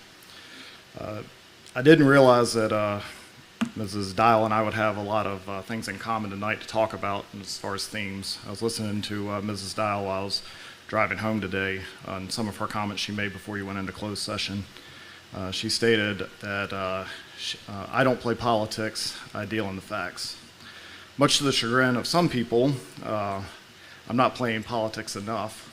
There are people that wish that I would remain silent now to theoretically improve the political fortunes of their preferred candidates. But I'm going to continue to do what I've always done, stick to the facts, and wherever they go is where they go. Mrs. Dial also mentioned the code of conduct and accused Mr. Collick of violating it. I'd like to remind you of an email I sent to this entire board on June 28th, and I'll quote from that board, I'll quote from that email, quote, "But the board must take a public stand on what is and what is not acceptable behavior from one of its own. If the school board does not hold Mr. Vines accountable now, there will be no moral standing to hold others accountable in the future, and that day will likely come sooner than later." I didn't think that day would come as soon as it did, but here we are. And to me, if you have a code of conduct that you are selectively applying, then that's not a code, that's a political weapon. So I wish that you would have acted on this back in March. You can still act today, but if you're not going to apply it across the board, then please don't invoke it. The other thing that Mrs. Dial mentioned was defamation. So I'd like to read something else from you today, or excuse me, from earlier this week. The Smithfield Times, this is an article that they published online, I believe, Tuesday, and I will quote from the Smithfield Times. "Vines was not present for the hearing, but he applauded Eason's ruling and ascribed racist motivations to Edmonds and the petition signer speaking to the Times by phone after the hearing." Quote from Mr. Vines, "Basically, the board is predominantly black. They were trying to get me, a black man, removed from the board," Vines said, referring to Edmonds' efforts as, quote, "purely political and a witch hunt." So I sent Mr. Vines an email 2 days ago where I addressed this and told him I was disappointed in his comments. I pointed out a couple of things to him. One, I explained how I defended him and Mr. Cunningham in an email to Mrs. Carr the night after the two of you were appointed to the school board, where some people were questioning the way that you were, the policy that was used to appoint you. I asked Mrs. Carr to please ensure that it was correct with the school board attorney and then to make a statement on it. She decided not to until the month afterwards, and we know what happened there, but it got cleared up. I also pointed out a conversation that I had on April 25th with Mrs. Dial and Mrs. Tynes that I have not shared with anybody else. I shared it only with Mr. Vines to point out that his accusations seem to fly in the face of what the actual truth is. And I ended the email with, therefore, to Mr. Vines, therefore, I ask you to immediately and publicly clarify your remarks, preferably with verifiable facts, or publicly retract your comments. I don't need an apology, I just need you to be honest about what the facts are. And if anybody here does have questions about my motivations, I would be happy to talk to you. Thank you. Thank you.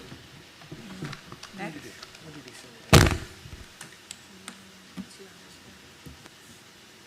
Do we have any more speakers?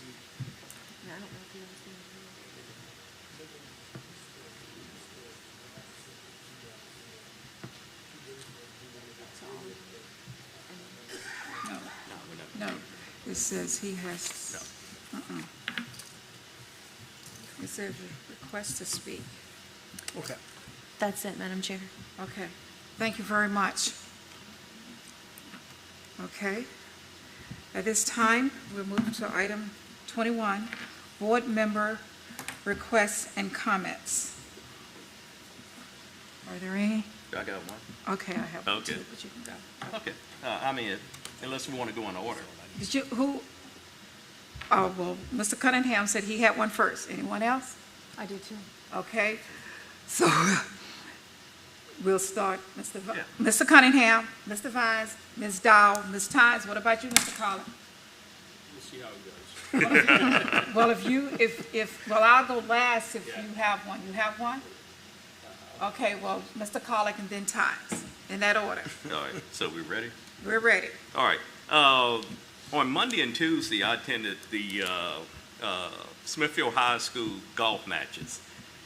They had, Monday, it was extremely hot. They played 18 holes out in Suffolk. Yeah, extremely. Tuesday, they played at Cypress Creek here in Smithfield. Parents were there, but I don't think the citizens of Isle of Wight know that we have 2 golf teams for the high school, and these young men and women, now Smithfield High School only has men, Windsor has women on the team, from what I understand. I haven't been out there to visit them yet. But these kids are really working hard. And I mean, 18 holes, walking. They're not riding in carts. It was hot. But I tell you what, Smithfield has a new coach, Mr. Larry McKee. He is outstanding. I mean, looking at the scores, in golf, low score is good. And the scores for the high school team were lower than I've ever seen. And I've been following the Smithfield team for about 3 years. So Coach McKee, assistant coach Neil Wilson, and the athletic director at Smithfield High School, Coach Doolin. Excellent, excellent. I want to commend everything they're doing. Nobody passed out. The boys are excited, and it's just, I can't say enough positive things about them, about the coaches and 11 young men who are playing golf. So I'm asking you, as a parent, please go and support these young men and women in Windsor, because the next time Windsor plays, I'm going to try to get out there and watch them. Now, Windsor plays 9 holes, but still not easy. So that's all I wanted to say. Thank you. Okay. Mr. Vines?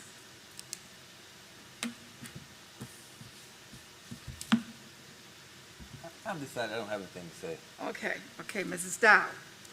So, first part of what I was going to say, Denise had already touched on it about the roles and responsibilities as a school board member, because I think we tend to think that the school board roles and responsibilities are the same as the superintendent, and they are not.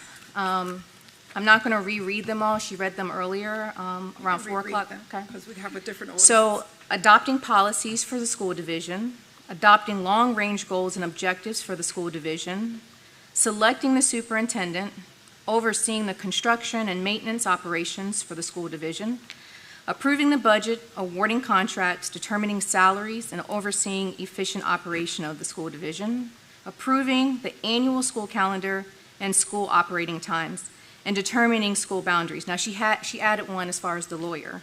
The key words in those roles and responsibilities were adopting, selecting, overseeing, approving, and determining. Implementing was not in any of those statements because that is at the level of the superintendent and his staff. They run the daily methods of operations. As one person on a team of 5, when I am representing the board, it is business, not personal. In public service, you have to be able to discern between the two. Once the word team is replaced with I, the children are no longer the focus, and personal agendas and politics are. Closed-mindedness, politics, condescending behavior, and racism have no place in the world, let alone in the school system. My main focus is providing a fair, equitable, and safe learning environment for all of our children and staff to make our school district the best in Virginia. It is very disheartening that in 2022 that we are still dealing with racist antics. I was asked in January by a citizen to explain to him how a board composed of 4 black members and 1 white member could represent a county that is 80% white. My answer is because the color of my skin doesn't define me, and it definitely doesn't define my intelligence. As time has passed, the disrespect and overt racism continues to rear its ugly head. More recently, we are surrounded by individuals, even some in influential positions, that are continuing this agenda. I've heard we need to have a majority vote of a certain political party on the board over another. Several members on the board have been told not to hire a minority superintendent because their qualifications will not matter. The populace, and I put that in quotations because that was exactly the word this citizen said, and this county will only look at his or her ethnicity to try to have them removed if the majority changes on the board in their favor come November during the special elections. I am not African American, nor am I a color in a crayon box. I am Renee. The misinformation and assumptions are also not making things better. We are being transparent. Do not mistake silence for not being transparent. The attacks and disrespect will not get an answer from me because I'm not going to compromise my witness. We were accused of not being transparent with the hiring process of the superintendent. Not only did we have surveys asking for input from the public, we held special meetings for the public and for the public's input, as well as the number of candidates we had with their demographic information. The only thing that was not released was the location of the interviews and the names for confidentiality purposes. As we end one chapter and start anew, I strive to be objective. Just because I don't like something someone did or how they did it doesn't make them unworthy of praise and notoriety for the work that they did do. Some things are blessings in disguise. I'd rather see the cup half full rather half empty. Optimism is way more productive. Moving forward with every lesson, there's an opportunity to make a change in policy. My stance now and always will be on fairness, not emotions or personal feelings. Several members on the board have expressed potential changes to benefits of staff to make it fair for all, no matter what level you work at in the school system, and we will continue to work on that. Being solution-oriented is what's necessary to have proactive, successful community in a school system. For every complaint, a suggestion or idea with a solution is welcomed. Thank you. All right. Next, we have Mr. Colley.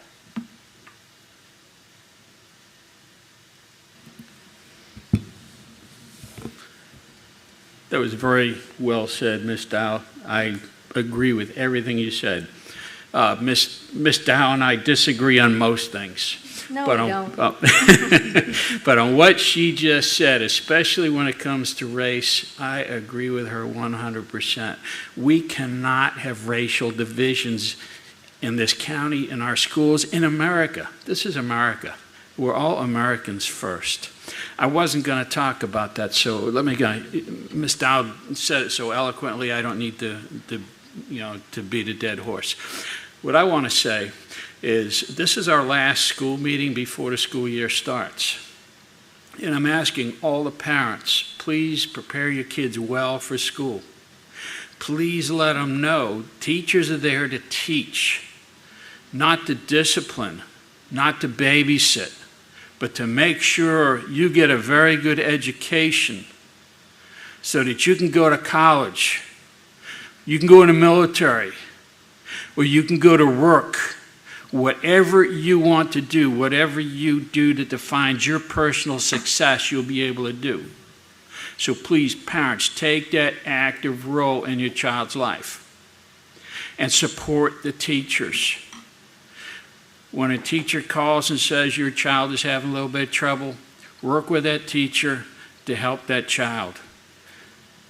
It's imperative that parents have that active role. Teachers, don't be afraid to discipline if you need to. And I ask all the principals and assistant principals, please back up your teachers. Please back them up. And all the directors and administrators, back up your principals. We're in a very unique time in this country coming out of COVID. We have a lot of teachers, when we heard tonight, many school districts don't. We want to keep all them teachers, folks.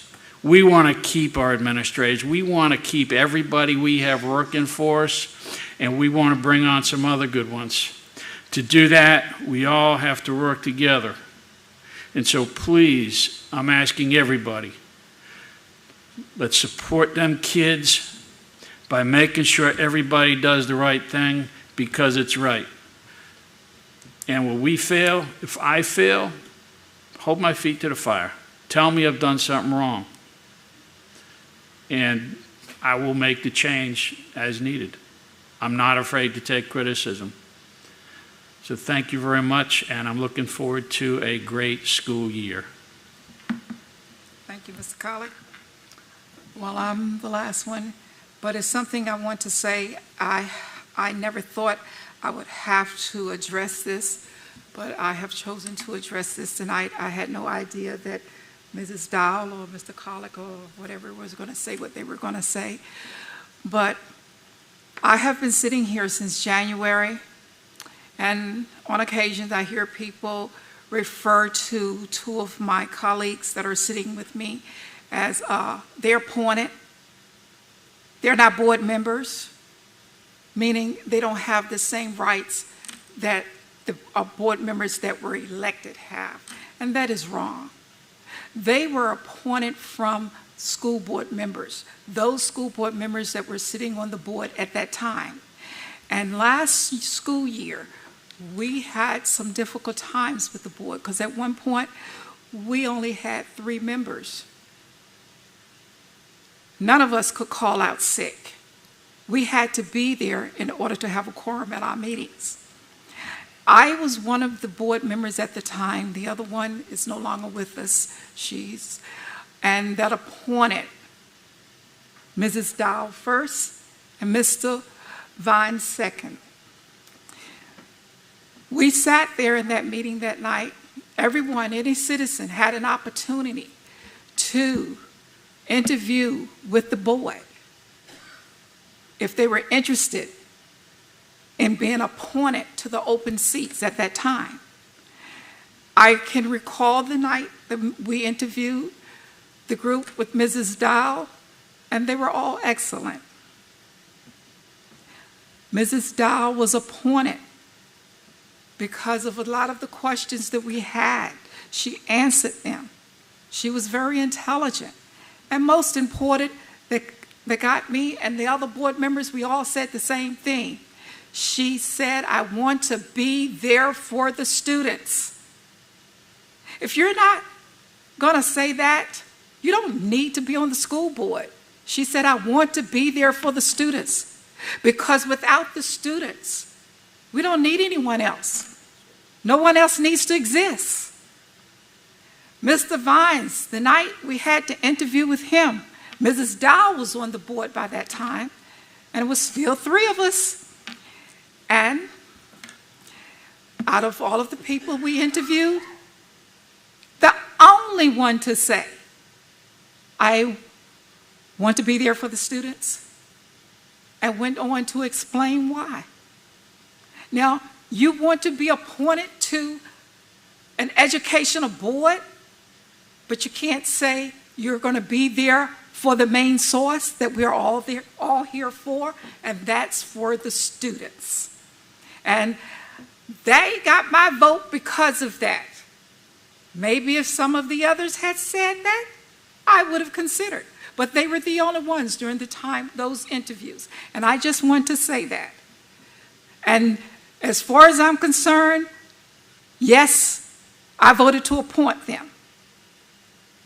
And they have all of the rights as anyone else. I don't think of them as being appointed, not voted in by the public. They are a board member. And hopefully, after the November election, they all come back, because I enjoy working with them, because they are here for the right reason, for the students. Thank you. I want to say just one more thing. Me and Colic beforehand, those that were virtual, we hashed it out. Sometimes it's about communication. It's how you say things to certain people. It's not always what you say, it's how you say it. So when we conveyed, like, hey, next time can we not do this, and he said some things and we kind of worked it out. So it's not like we're not leaving here saying, hey, we still have hard feelings towards each other, because we don't. So we've already communicated with each other. So if we kind of communicate, I don't know, I guess, what the issue is there. I mean, I don't know if y'all can communicate a little more effectively. I don't know. But me and Colic have communicated. Mr. Colic, I was going to call you Dr. Colic. Mr. Colic have already had that conversation, and we're good. Yep, absolutely. And we all work together as a team. I do not have time as board chair to hash out differences between my board members. We're all professional people here. We are here for the students, on behalf of the students, and making sure they all get the education that our Wight County citizens can afford to give them. That's our number one reason for being here, to educate the students in Wight County. Okay, if nothing else to come before this, Mr. Vines? I changed my mind. After hearing everybody talk, I do want to extend our belief to Mr. Edmonds. I think the Smithfield Times misquoted me. They wrote a lot of things that I did not say, and I apologize for them misquoting me. For that very reason, that's why I declined to give them an interview this entire year. But Mr. Stephen Fulaski came to me, called me on the phone while I was at work, and he took key words and he put his words to those words. I don't believe that you're a racist. I never stated that. And if it's an open apology, which you want, I will apologize for the Smithfield Times for what they wrote. But I did not say that, what they wrote. Is it Mr. Vines? That's it. Okay, thank you. All right. If nothing else come before this board at this time, meeting is adjourned, and you all travel home safely.